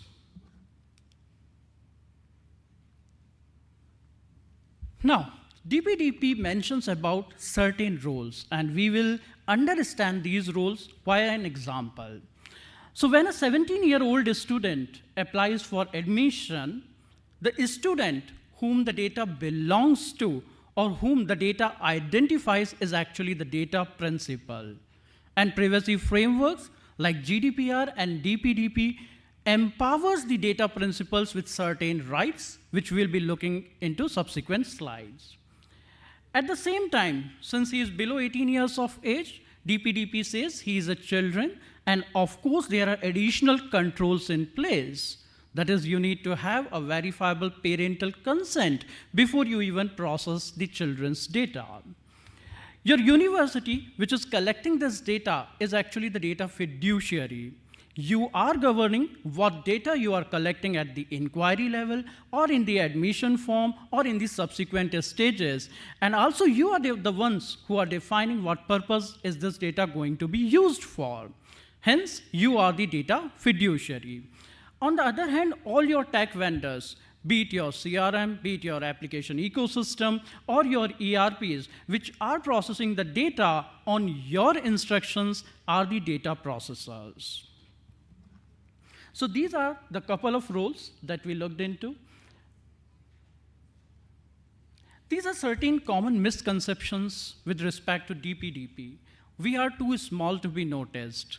That's not the case. Even if you have a few leads or few inquiries, think about if anyone applicant's email ID is accessed by an unauthorized user, the impact could be the malicious actor may send him an email, a phishing email, right? And the student, and he may lure the student by giving him an offer of admission. Maybe he will say, make a payment of this much amount to secure your seat. Think about the children. He wants admission in your university. He will click on the link, make the payment, but understand this amount is being transferred to an unauthorized account. So it doesn't matter whether you are a big university or a small university, DPDP is equally applicable to everyone. Our IT team handles this. While we all know whenever we hear about data security and privacy, the first department that comes in mind is IT team, which takes care of the infrastructure, the security of your endpoints, as well as the network. Or some may resonate it to the legal teams who verify or vet the confidentiality clauses, DPAs, and other agreements, or maybe the cybersecurity experts. But that's not true. It's not one department's responsibility. It is a boardroom responsibility. It requires leadership to bring all the departments together, create a roadmap, execute it, and ensure the effectiveness of implementation via audits. We can wait and see. The clock is already ticking. We know November 2025 was when the DPDP rules were notified. There is a deadline of November 2026 for consent manager approvals and May 2027 as the final implementation of DPDP. So we have less than an year to ensure we implement all the necessary controls and safeguards as required for DPDP compliance. The last is compliance is one time, while you can establish all your security controls in one go, but it's not a one-time activity. Think about it. You might be requesting certain additional data to students at certain other stages. Or you might have a new vendor in place for a specific purpose. So this keeps on adding. And when it keeps on adding, you have to ensure that the necessary security controls are also added at that particular data point or at that particular vendor also. So it is an ongoing activity.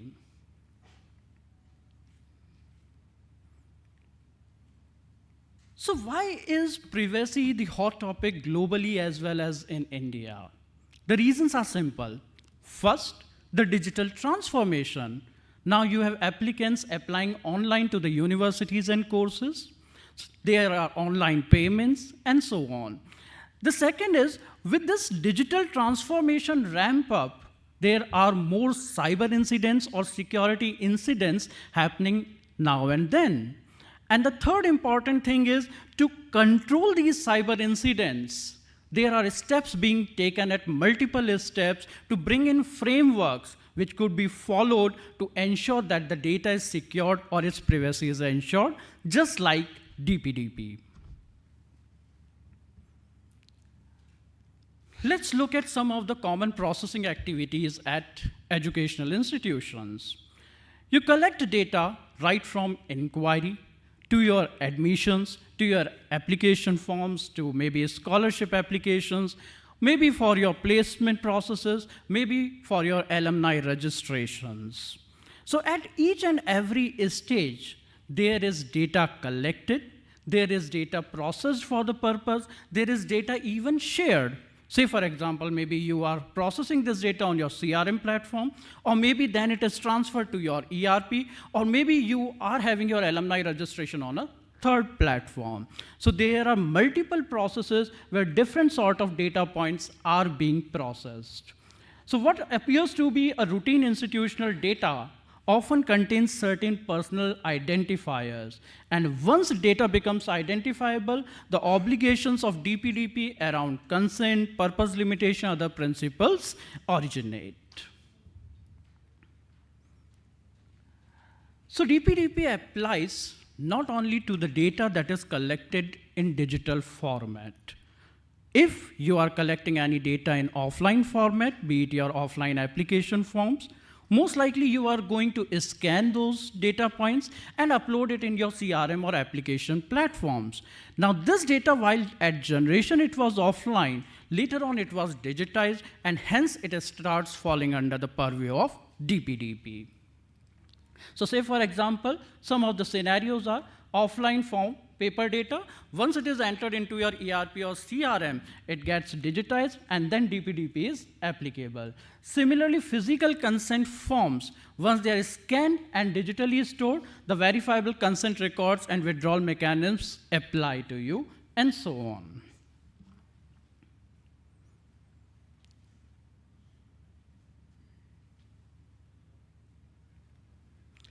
Now, while DPDP doesn't mention about any principles as such, this is more from our experience, how we have driven our journey for security and compliance.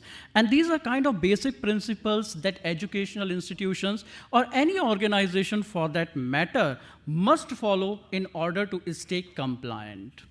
The first and foremost thing is lawful purpose. Whenever you are collecting any data, you should have a lawful purpose for the same.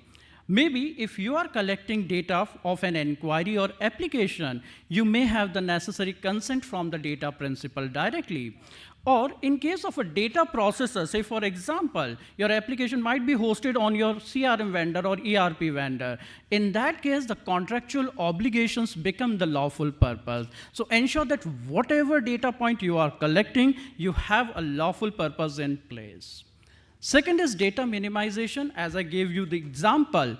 If you are collecting Aadhaar card number, but you are not identifying the, verifying the identity of the data principal, in that case, you are just collecting a data without any purpose. So make sure you minimize whatever data is required, absolutely required for the specific purpose, only that data is collected. Storage limitation, once the purpose is over, make sure you delete the data. Because if you keep that data and by any chance if there is any sort of an unauthorized access, then that data becomes vulnerable and those data principles may be impacted unnecessarily. So ensure that you retain the data only till the time you have a valid purpose in place or as required by certain laws. Ensure to have reasonable security. So see, when you are collecting email or mobile data, now, most of your users do not need that data. CRMs come with integrated email, SMS, telephony solutions. So in that case, your users do not need an unmasked view of that data to call or send email or SMS. So make sure that you apply masking to all your personal data. At the same time, certain other measures like encryption of data should be applied. Make sure that there is RBAC, role-based access control of data. For example, financial teams might not need your application data or application data might not need the financial aid data. So ensure that your teams have access to right set of data. So apply all these reasonable controls while DPDP comes up with certain more technical measures which we'll be discussing in the roadmap as part. Transparency. Make sure whenever you are collecting the data from a data principal, convey in a very crystal clear manner what data you are collecting, for what purpose, with whom you will be sharing the data, and till when you will be retaining that data. And accountability, of course, you have to ensure that you have the right compliance posture in place. You are able to maybe reflect that posture to the regulatory bodies as and when demanded. So this can be done via regular audits. So say, for example, you may have audit of the controls that you have applied. How much of data you have? How much of is it PII data? How much is masked? How much data is encrypted, right? Who all have access to what sort of data? So all these sort of audits can help you ensure that you have the right compliance posture. Now, there are two more roles besides the three that we already discussed. One is significant data fiduciary. While MIT has not given exclusive hint till now regarding the SDF's criteria, but most likely it is going to be educational institutions who are handling either very huge volume of data or maybe processing sensitive data, say for example, Aadhaar card data, or maybe disability status of the candidates, and so on. So anyone who is processing such sort of data might fall under SDF, significant data fiduciary, and they will have additional obligations in place. Say for example, they need to have a data protection officer which will be running this entire compliance program in the educational organization. Or they might need to have a DPI, or data protection impact assessment. So say for example, whenever there is any additional data point being collected, or there is a change in the process, that time you have to do a DPIA to assess if all your controls are still effectively working or not, and accordingly submit the report to the data protection board, which is in its stages of formation as on date. Then there is one more role of consent manager, which DPDP says that this will be a bridge between the data principals whom the data belongs to and the data fiduciaries. So as data fiduciary, you will be required to register on the consent managers. You have to define your privacy policy as well as the consents that you will be taking. And these consents will be invoked at appropriate stages in the student life cycle. Say for example, you might have created a consent, send email, send SMS, or send WhatsApp, as plain as this. And you would require these consents to be provided by the lead when he is making an inquiry. So whatever he has selected, only those consents will be recorded, and you have to ensure that the data is processed according to consent. If a student has not given you the consent to send SMS, you should not send the SMS. And this will be taken care of by the approved consent managers.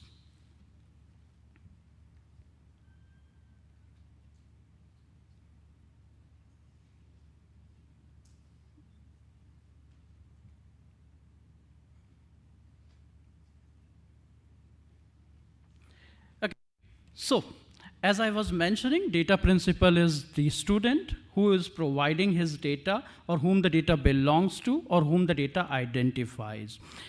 So generally, all the privacy compliances, including DPDP, have empowered data principals to control the data. So they have provided 5 different rights to data principals. The first is right to access. A data principal may request you what data you hold, where you have shared his data, maybe to third-party processors and so on, and everything around that ecosystem. He has the right to correct if he feels that his data is not correct or there is some update required. He may request it via right to correction. Right to erase if he feels that the purpose is over. He has got the admission in some other university. He might request you to delete his data. Right to grievance redressal if he feels that there is some processing which he doesn't find correct or as per the consents he has given, he might raise a grievance initially to the data fiduciary, that is to the educational institutions, and if not fulfilled within 30 days, he has the option to escalate it to Data Protection Board. And hence it is required that all educational institutions create their grievance redressal teams who should have a clear-cut procedure in place as to how to act whenever they receive any grievance. Right to nominate in the very unfortunate events like, for example, death or maybe incapacity, a data principal may nominate any of his family members or anyone he knows to exercise his rights on his behalf. So this is one right which we will not find in multiple privacy compliances like even GDPR, but DPDP has come up with this particular right. And children below 18 receive special protection, of course. You need to have a verifiable consent of the parent, as well as you need to ensure that you do not do any behavioral tracking or profiling basis the children's data.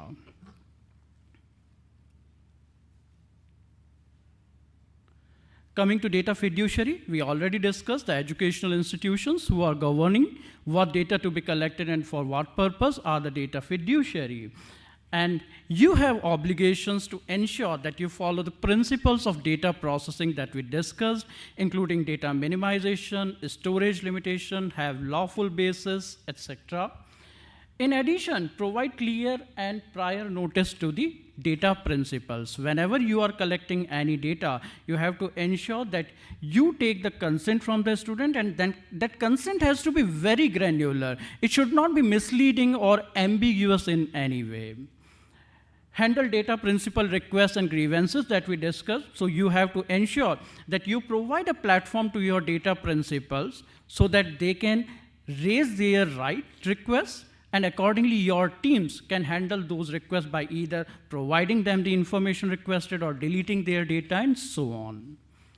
Implement reasonable security safeguards. So as DPDP mentions, ensure that you have masking of data, encryption of data at rest and transit, have role-based access controls, ensure that you have the necessary disaster recovery controls. So say, for example, what if the database or where you have stored the data goes down? In that case, the platform becomes unavailable for the students. So you have to ensure you have the necessary disaster recovery mechanisms in place. Be responsible for data processors. DPDP puts obligations on data fiduciary directly and not onto data processors. So indirectly, you have to ensure that the same set of obligations are transferred to your data processors, which could be your CRM or ERP via data protection addendums or other mechanisms. And ensure that you also conduct vendor due diligence. This is something that we have been doing for our sub-processors. We request their compliance documentations. We understand what all controls they have and to what extent they have even implemented the same.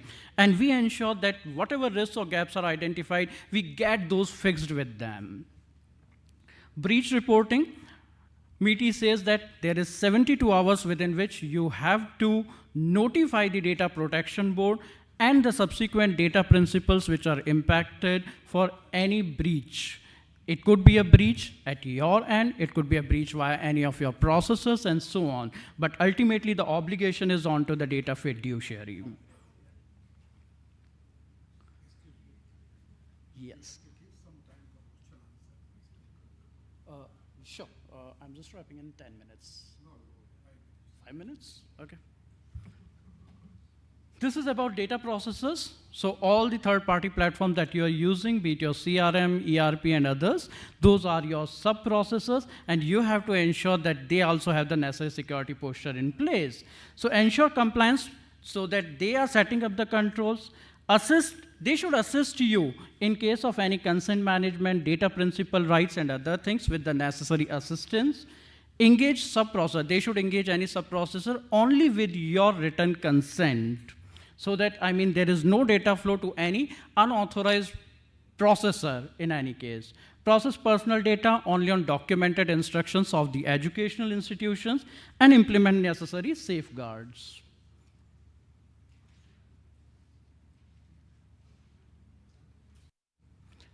Consent should not be assumed. When you are taking a consent, it has to be specific and granular. It should not be a pre-ticked box, which means an implicit consent as such. DPDP is very stringent in this manner that you have to ensure that you give a consent and ensure that data principal checks it, and only then it is recorded as a valid consent.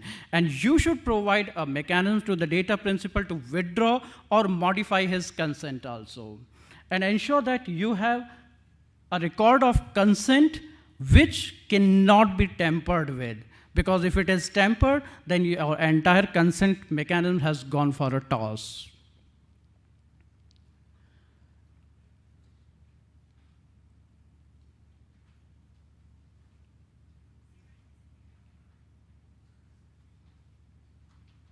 So now, this is kind of a roadmap, and I would like to take some time over here for explaining this.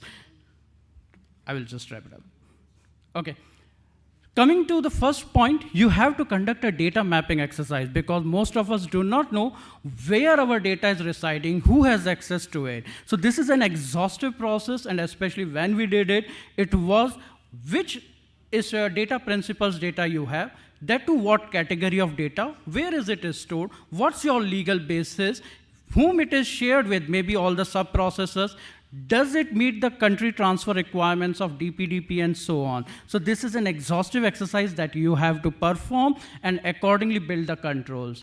Ensure privacy notices, as we have discussed, and consent mechanism. Ensure you have your retention schedules documented till what time you are going to retain what sort of data.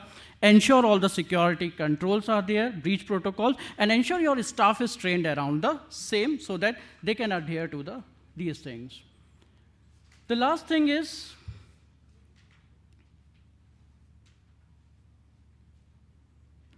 this is our approach on how we ensured security and compliance. We started with ISO 27001 for policies, which expresses our intent to ensure security and compliance, followed by a design of controls, say for example, masking or encryption, through which we achieved SOC 2 Type 1, followed by audit of all the design controls, whether they are working effectively or not, via an external auditor, through which we achieved our SOC 2 Type 2. And then for the privacy, we went ahead with one of the biggest compliances, which is GDPR. So we did via an external auditor, which is CertPro in this case. So that has been our approach, and we have implemented all the controls and provided requested provisioning to our data fiduciaries also, be it around data classification, masking, encryption, role-based access control, and so on. And we have incorporated privacy by design in all our change management procedures. So this is how we have ensured Meritos secure. Ending this with a quick note that there has been a booklet, a DPDP handbook provided to all. It contains a questionnaire, which if answered properly, will help you understand your current security posture, then go through the DPDP understanding and the roadmap execution. And once that roadmap is executed, then again assess yourself for the necessary security controls and take the actions accordingly. This is how we all can stay compliant. So that's all for the session. If you have any questions. So for any questions, I would suggest, considering the time paucity, we can connect over the lunch, or I may take 1 or 2 questions if required. Yes. Yes, over there.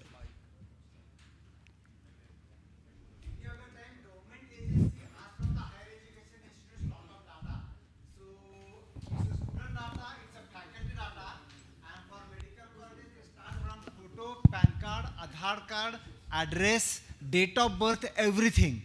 So is it binding for the higher education institute to submit the data to the government on behalf of students or on behalf of faculty? Because ultimately responsibility rests with the whoever is in charge of that. Okay, so DPDP again mentions that there are certain other laws which will bind you with certain, you can say, rules, right? Say for example, this is something that is required by law for you to do so, right? So in this case, you have to perform that action, right? So in that case, if you have access, again, you have to restrict it to the number of people. Maybe there is one faculty or two faculty who will be doing that. So you should showcase a posture that you have restricted the access for this particular obligation to be fulfilled for this law. No, so this was something that he mentioned that law requires.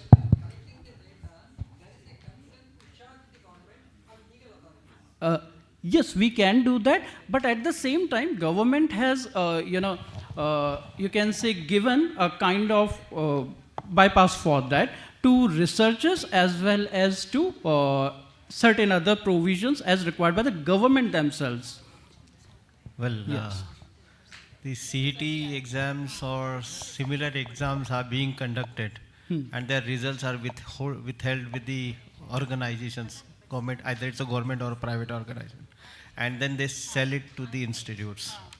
Whether it is permissible under this DPDP? That will fall definitely under DPDP, and at the same time, please understand that it's an obligation of the respective data fiduciary who should have ensured that this should not have happened, right?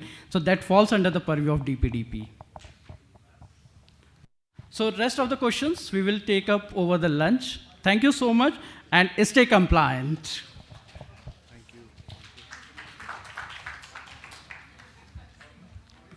Thank you, Mr. Surya Prakash, sir, for helping us in understanding the presentation on Digital Personal Data Protection Act and its implications for the academia. Ladies and gentlemen, as we arrive at the conclusion of this enriching national roundtable discussion on confidence in research, researcher of the future, India discussion. Throughout the event, we have explored critical dimensions of research ecosystem, from trust and integrity in the age of AI, to nurturing future researchers, strengthening research culture, and embracing responsible digital practices. I would like to express our sincere gratitude on behalf of EPSI, Elsevier, Vishwakarma University, Vishwakarma Institute of Technology, and MIT-ADT University. To our distinguished dignitaries, panelists, speakers, and every participant who have contributed to the success of today's event.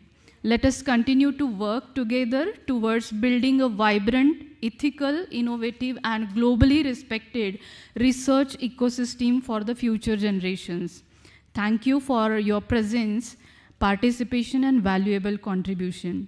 So, ladies and gentlemen, here I declare the conclusion of this event. We now invite all the esteemed guests to join for the networking lunch. The lunch has been arranged in the designated area.